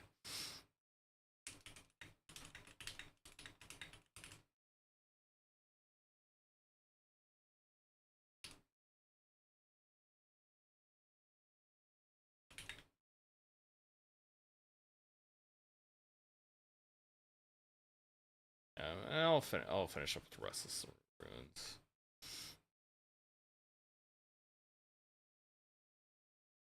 Oh, the Osan Newbie Adventure. What was that one again? I forgot about that one. I watched. Did I even watch an episode of it? I don't remember. I did not like that one. I think it was like episode 1 drop. It was like just some of the character dialogue just really annoyed me. I was just like, no, I don't want to watch this.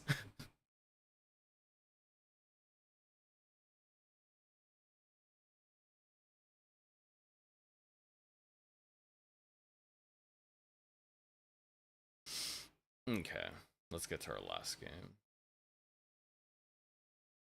Yeah, again, this is not what I found on Reddit. This is like a roguelike. I think it's an auto battler, a roguelike auto battler where you construct a path for your character to go on, kind of like a loop hero. Like you construct your dungeon blocks, and then your character will go to the ones that they have access to and fight any enemies that maybe they're in.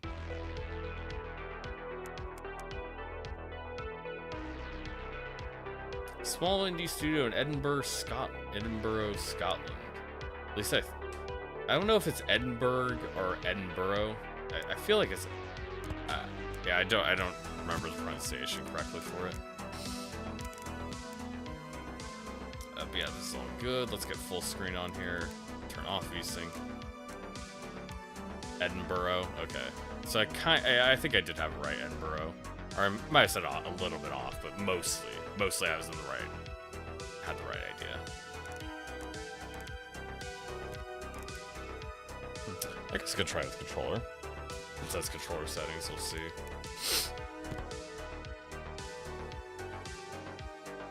Scottish legend tells that those whose heart's desire can't be met by earthly means should seek at the harvest maiden. In return for their toil, she will satisfy their craving. That seems kind of sexual. After years of chasing rumors and false leads, you found the ruined entrance and the maiden appeared to ye.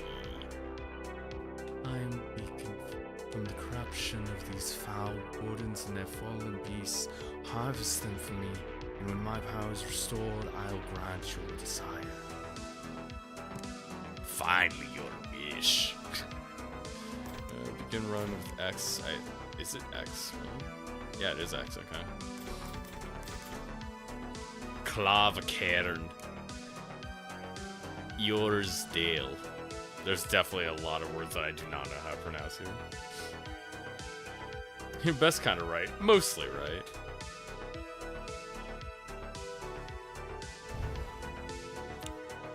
Okay, let's see what we're doing here. So we got our hero here. Expand the ruins by placing cards from your hand and placing them on the grid. Cards acquire build points to play and they're added to your discard pile. So I guess they'll loop over. Excuse me, they'll loop over and over again. We can't play any more cards, begin the harvest. At the start of a night, new cards are drawn and your build points are replenished. New rooms and corridors connect by doors to the existing ruins. You can rotate them to find a better fit. Tetris. Yeah, Tetris cards. And each room has like different effects too. Interact with this during a harvest.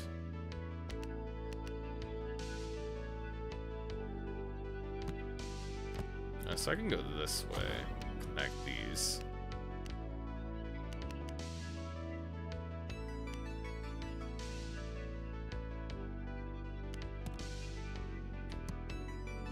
Yeah, it seems like this is fine. I have one more build point. Let's do a hallway. Begin harvest. Explore the ruins you've built. You automatically attack nearby enemies, which drop glimmer when harvested. Find seals and interact with them to open up more of the ruins. Reach and harvest the warden to beat a level. So yeah, you have to connect yourself all the way up to the end. And you have to get through seals to unlock more of the ruins so you can go forward. Your time in the ruins is limited. Your torch is always fading. If you run out of the light, the darkness will begin to hurt you. Return back to the exit portal to end the harvest. I guess, yeah, it's just auto battler kind of stuff.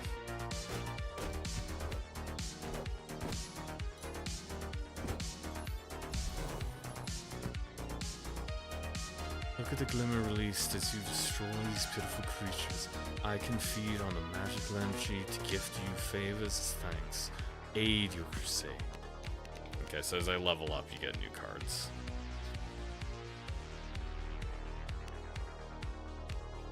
Probably... Oh, Ben Plus, that's pretty nice.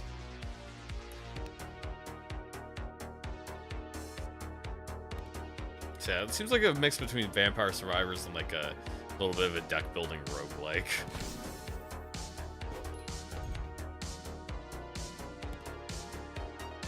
Interact with the seal to remove the Warden's Barrier. Also earn a powerful boon card that Warden will unleash a horde.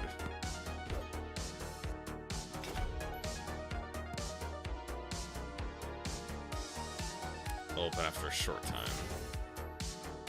Yeah, you can't exit out a dead end.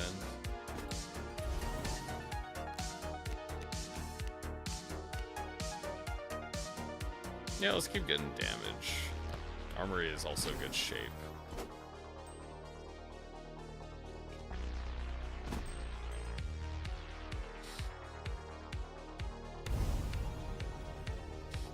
Okay, so that first one's purged. I should build a beeline right down the middle too, so I can actually like, so I can make faster use and get down to the boss. I'm gonna make my way back because I'm running out of light. I can wait for a little bit to fight a couple more enemies, but my light's gonna run out.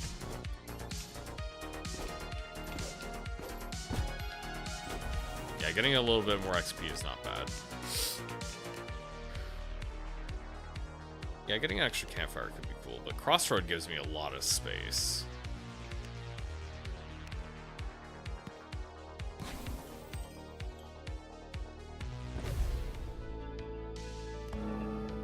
Each new night you gain a skull. As the bar fills, you will add curse cards to your hand.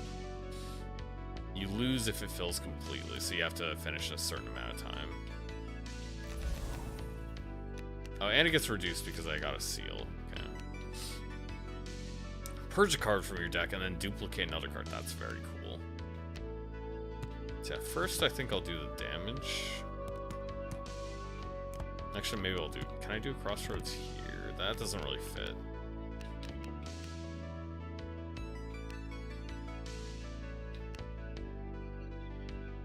Oh, the build point. Okay, that is pretty good. We'll do this, and I'm probably gonna do like this thing here. I don't have to hit each of these rooms, but I'll probably try to connect it. Can this connect? Perfect. No, this does not connect. It's a little bit too big. Because I would like to connect these two here, so I'll use the Faded Grove. Actually, let's see if this is the correct size. Oh yeah, this is a little bit awkward. Because yeah, this is 2 tiles, but yeah. Faded Grove is still the best option here.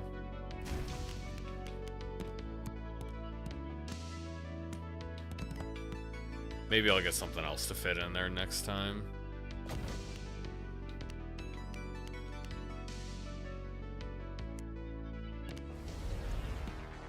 Let's get our BP for next time.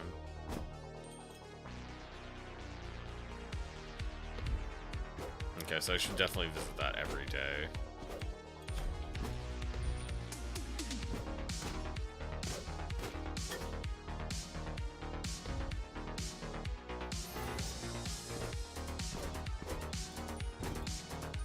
I don't think I can...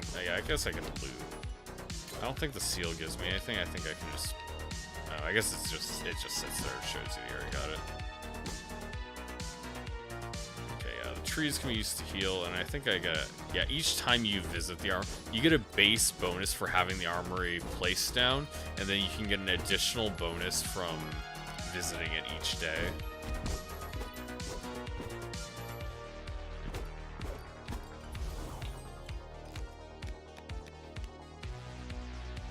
Observatory, see further. Clear the fog from a random room. That's not bad. It lets me find where the next seal is.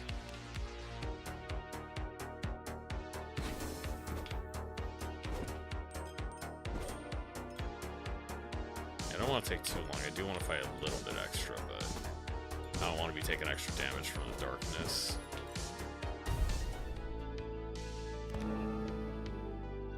Use redraw to discard undesirable cards from your hand. Draw a new one that may be immediately useful. Start of each night, so use them often. Okay, so yeah, you want to use my redraws you need to, basically. Cannot. Oh, that does fit. Okay, that's a good fit then.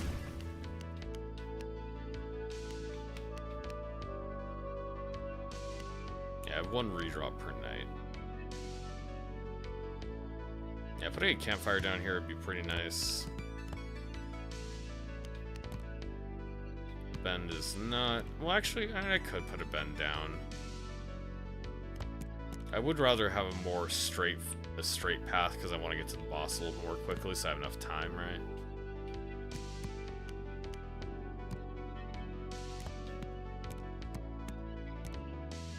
Let's do that and hope I can get another little connector in that spot. We'll put the observatory here.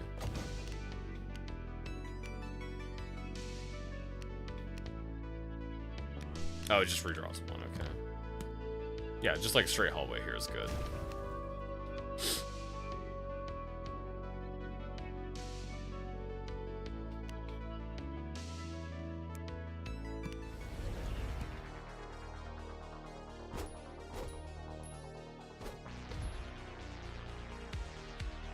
Yeah, we'll loop back through this way and then we'll go back towards the main.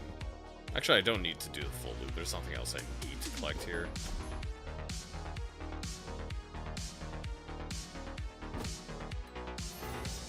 I need to collect this. This is something I need to collect.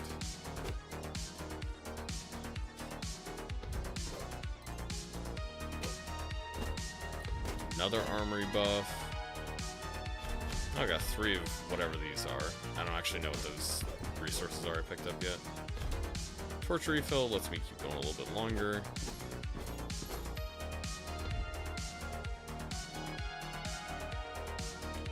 I guess that's some more level up stuff. Yeah, not bad to get, but not necessary. A fairy spring. Extra relic spawns per night. A fairy guides you to the exit. Oh, it probably like takes you directly to the exit too then, so you can place a little bit deeper in. Yeah, we'll take that.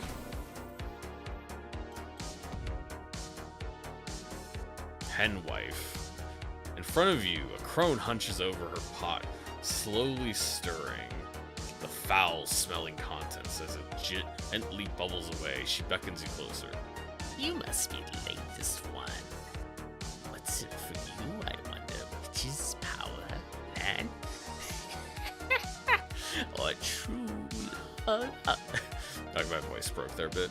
Trying to do that. Or true love? You'll join the others in time. I'll help you until then, so as long you promise to leave my children alone after you're done. Okay, so I buy this from her? Or upgrade cards. Upgrading is good. Okay, that's what that currency is used for. Nice.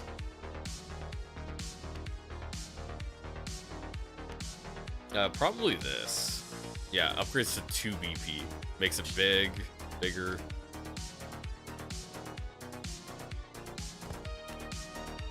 Okay, the blue ones are in my draw pile and the orange is discard, I'm assuming.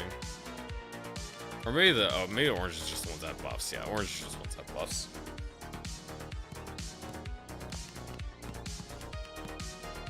More health. More torch.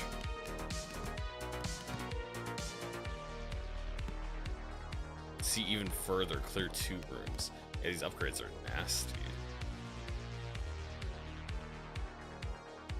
Use swap your weapon. Interact. Huh. Interesting. So I guess there's different weapons you can get. I mean, I would want, like, this seems like the best one. The upgrade is like to get 2 BP. That seems like the best one, but the coolest one seems like upgrading your weapon. Let's look at the armory for now, because that one seems to be the most interesting one.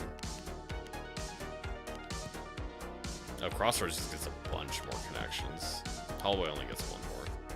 Bed Plus is very good, though. I could do that.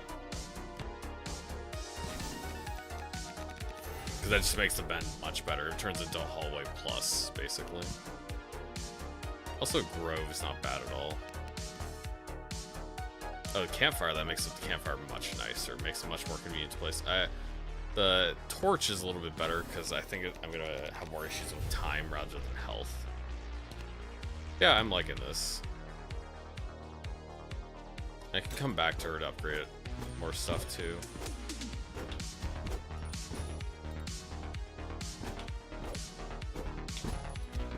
Oops.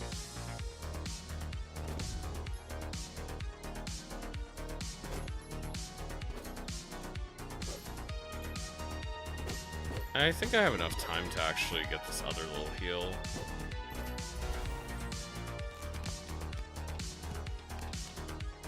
Crook Plus, new. Yeah, I could probably take a Crook Plus.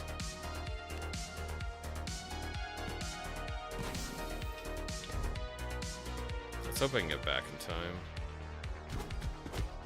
Oh, you start taking damage quickly. Not worth it. Not worth it to get that heal.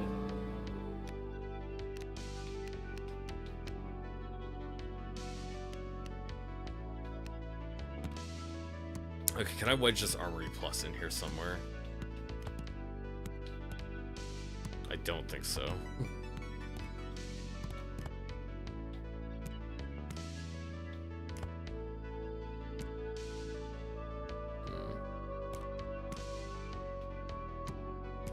Okay, this is like a weird shape.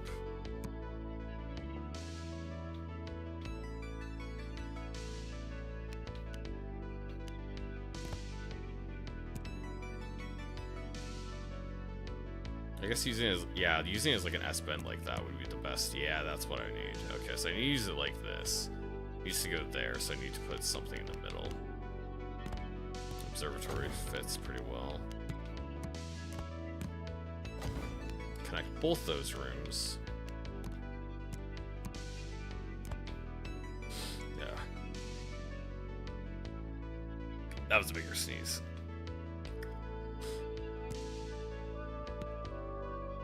I actually could do this, yeah.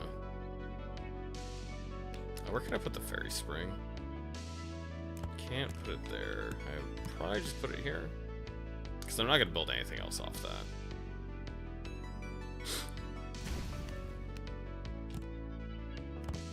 Yeah, we'll do the Crook Plus here so I can start connecting other stuff.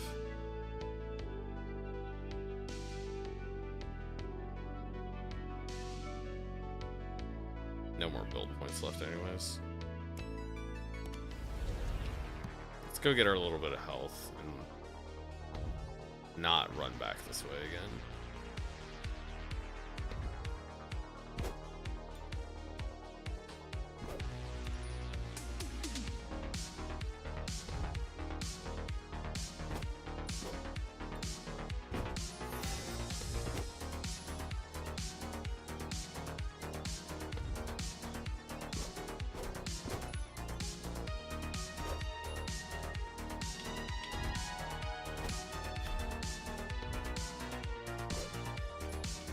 Oh yeah, there's nothing else in there.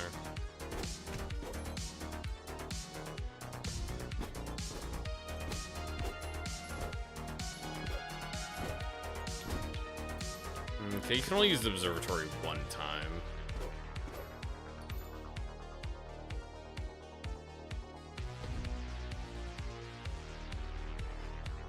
Okay, so the bottom, unless the one on my right here is the one I'm looking for to unlock the next area. It's gonna be the one on the left that's unrevealed still. Yeah, Iron Forge is just good.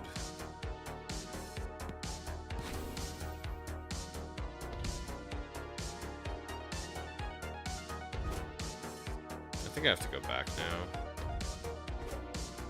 Run here real quick. Oh, fucking shrine. Oh, you can get multiple weapons. Okay, that's what it is. I got smacked around hard. I think I went too far.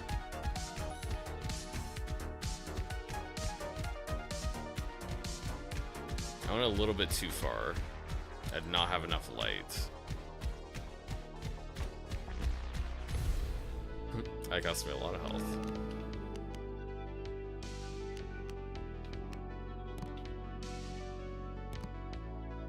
Yeah, we can put another heal along here.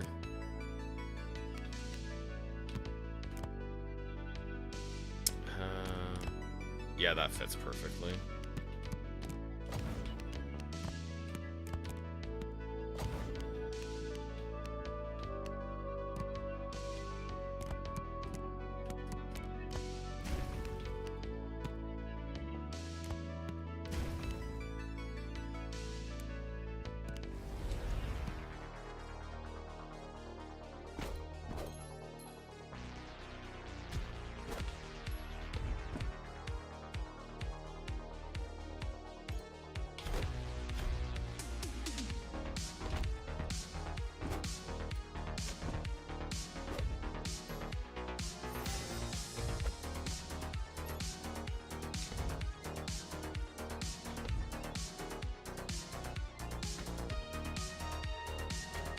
Go off to the left this time.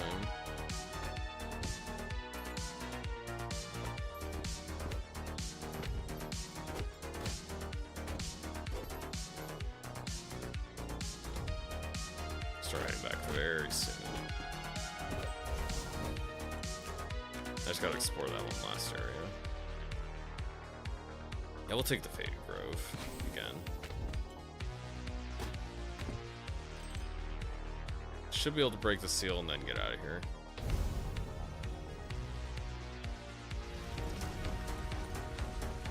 Okay, now I just need to make a connection to the boss area and then I'm good to go. I do want to place another torch down.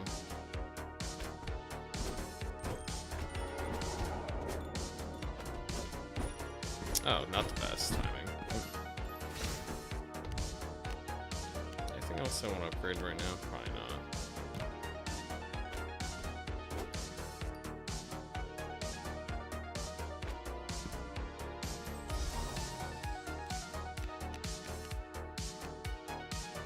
5% attack speed, knockback, attack size. Okay, so it could give you a bunch of different things.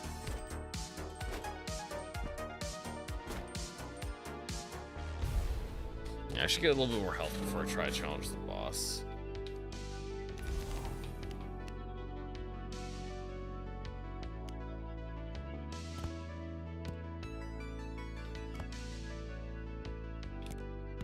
Okay, that'll take me to the boss there now.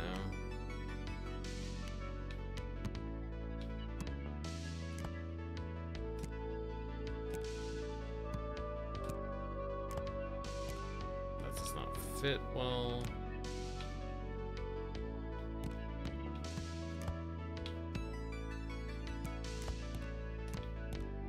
Yeah, that doesn't actually connect to the start.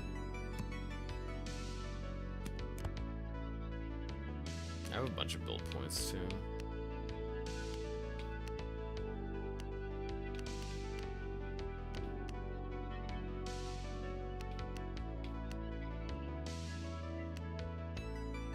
Oh, you can't redraw those. There we go, that's something I want.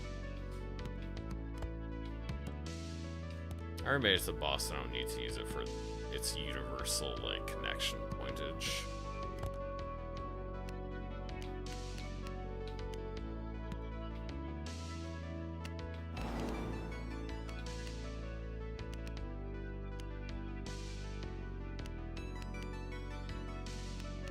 Whatever. Probably get rid of this. I don't want to put any more of these down.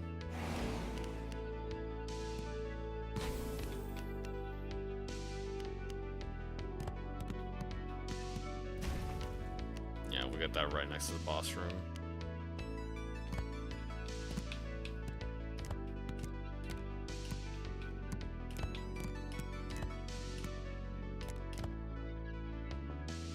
I have no idea what the more efficient way to enter this room is.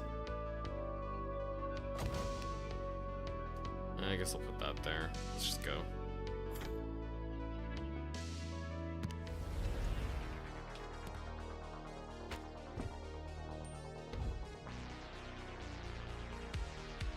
We're gonna get all our buildings in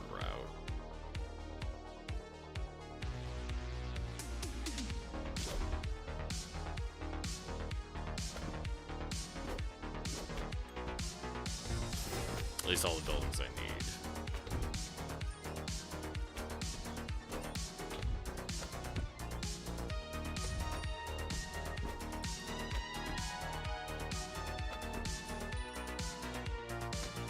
It's funny that the observatory lets you literally zoom out.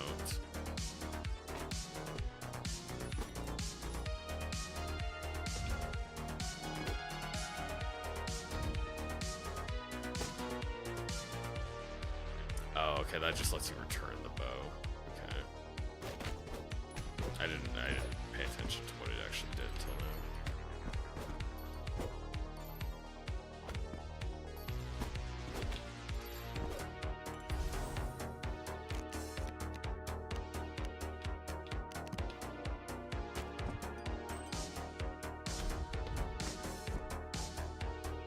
Actually, I will grab this little bit of damage because there's one more here.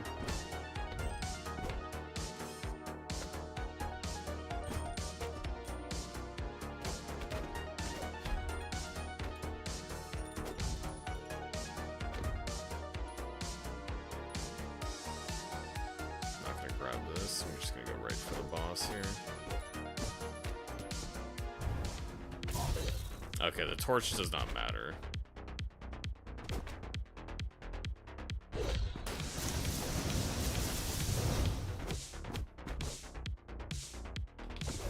Oh, it's dead. I did a lot of damage to that.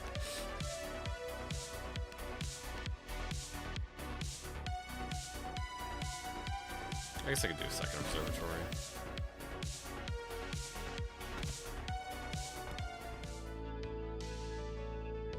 Felt a wisp of my power return as the warden was slain.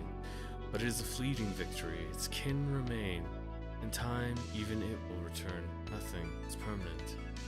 And I am far from having the power to grant your wish. You must continue your purge deeper still. I never died, baby. Never died. So I guess you could, like, respawn, like, at a penalty if you, do die.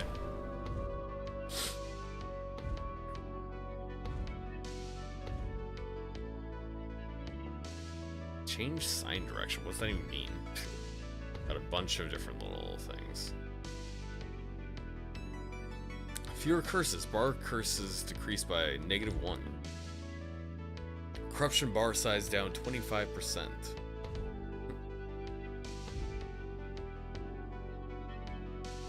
I guess you could choose different. Let's see if I could choose different starting weapons. Cause yeah, I can only do this for the demo. Can I choose a different starting weapon so I can start with like bow instead of sword? I'm not gonna play another run. I think I'll be done here.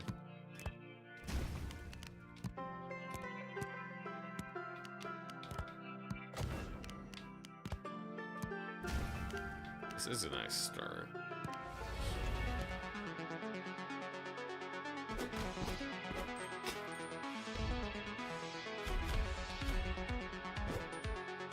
Yeah, I think this game is fun. It works well. It's what I would be looking for from Survivor-like titles generally. I wouldn't say it's the prettiest game in the world, but you know, not all games not all games were capes.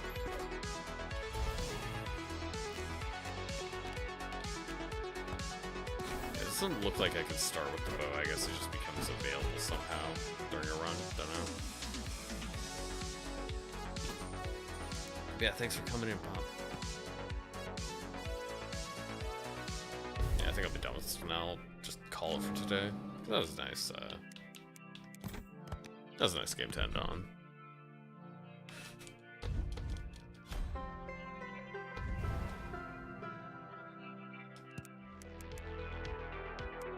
Okay, it's the power there. Yeah. Yeah, I think that one's worth keeping an eye on.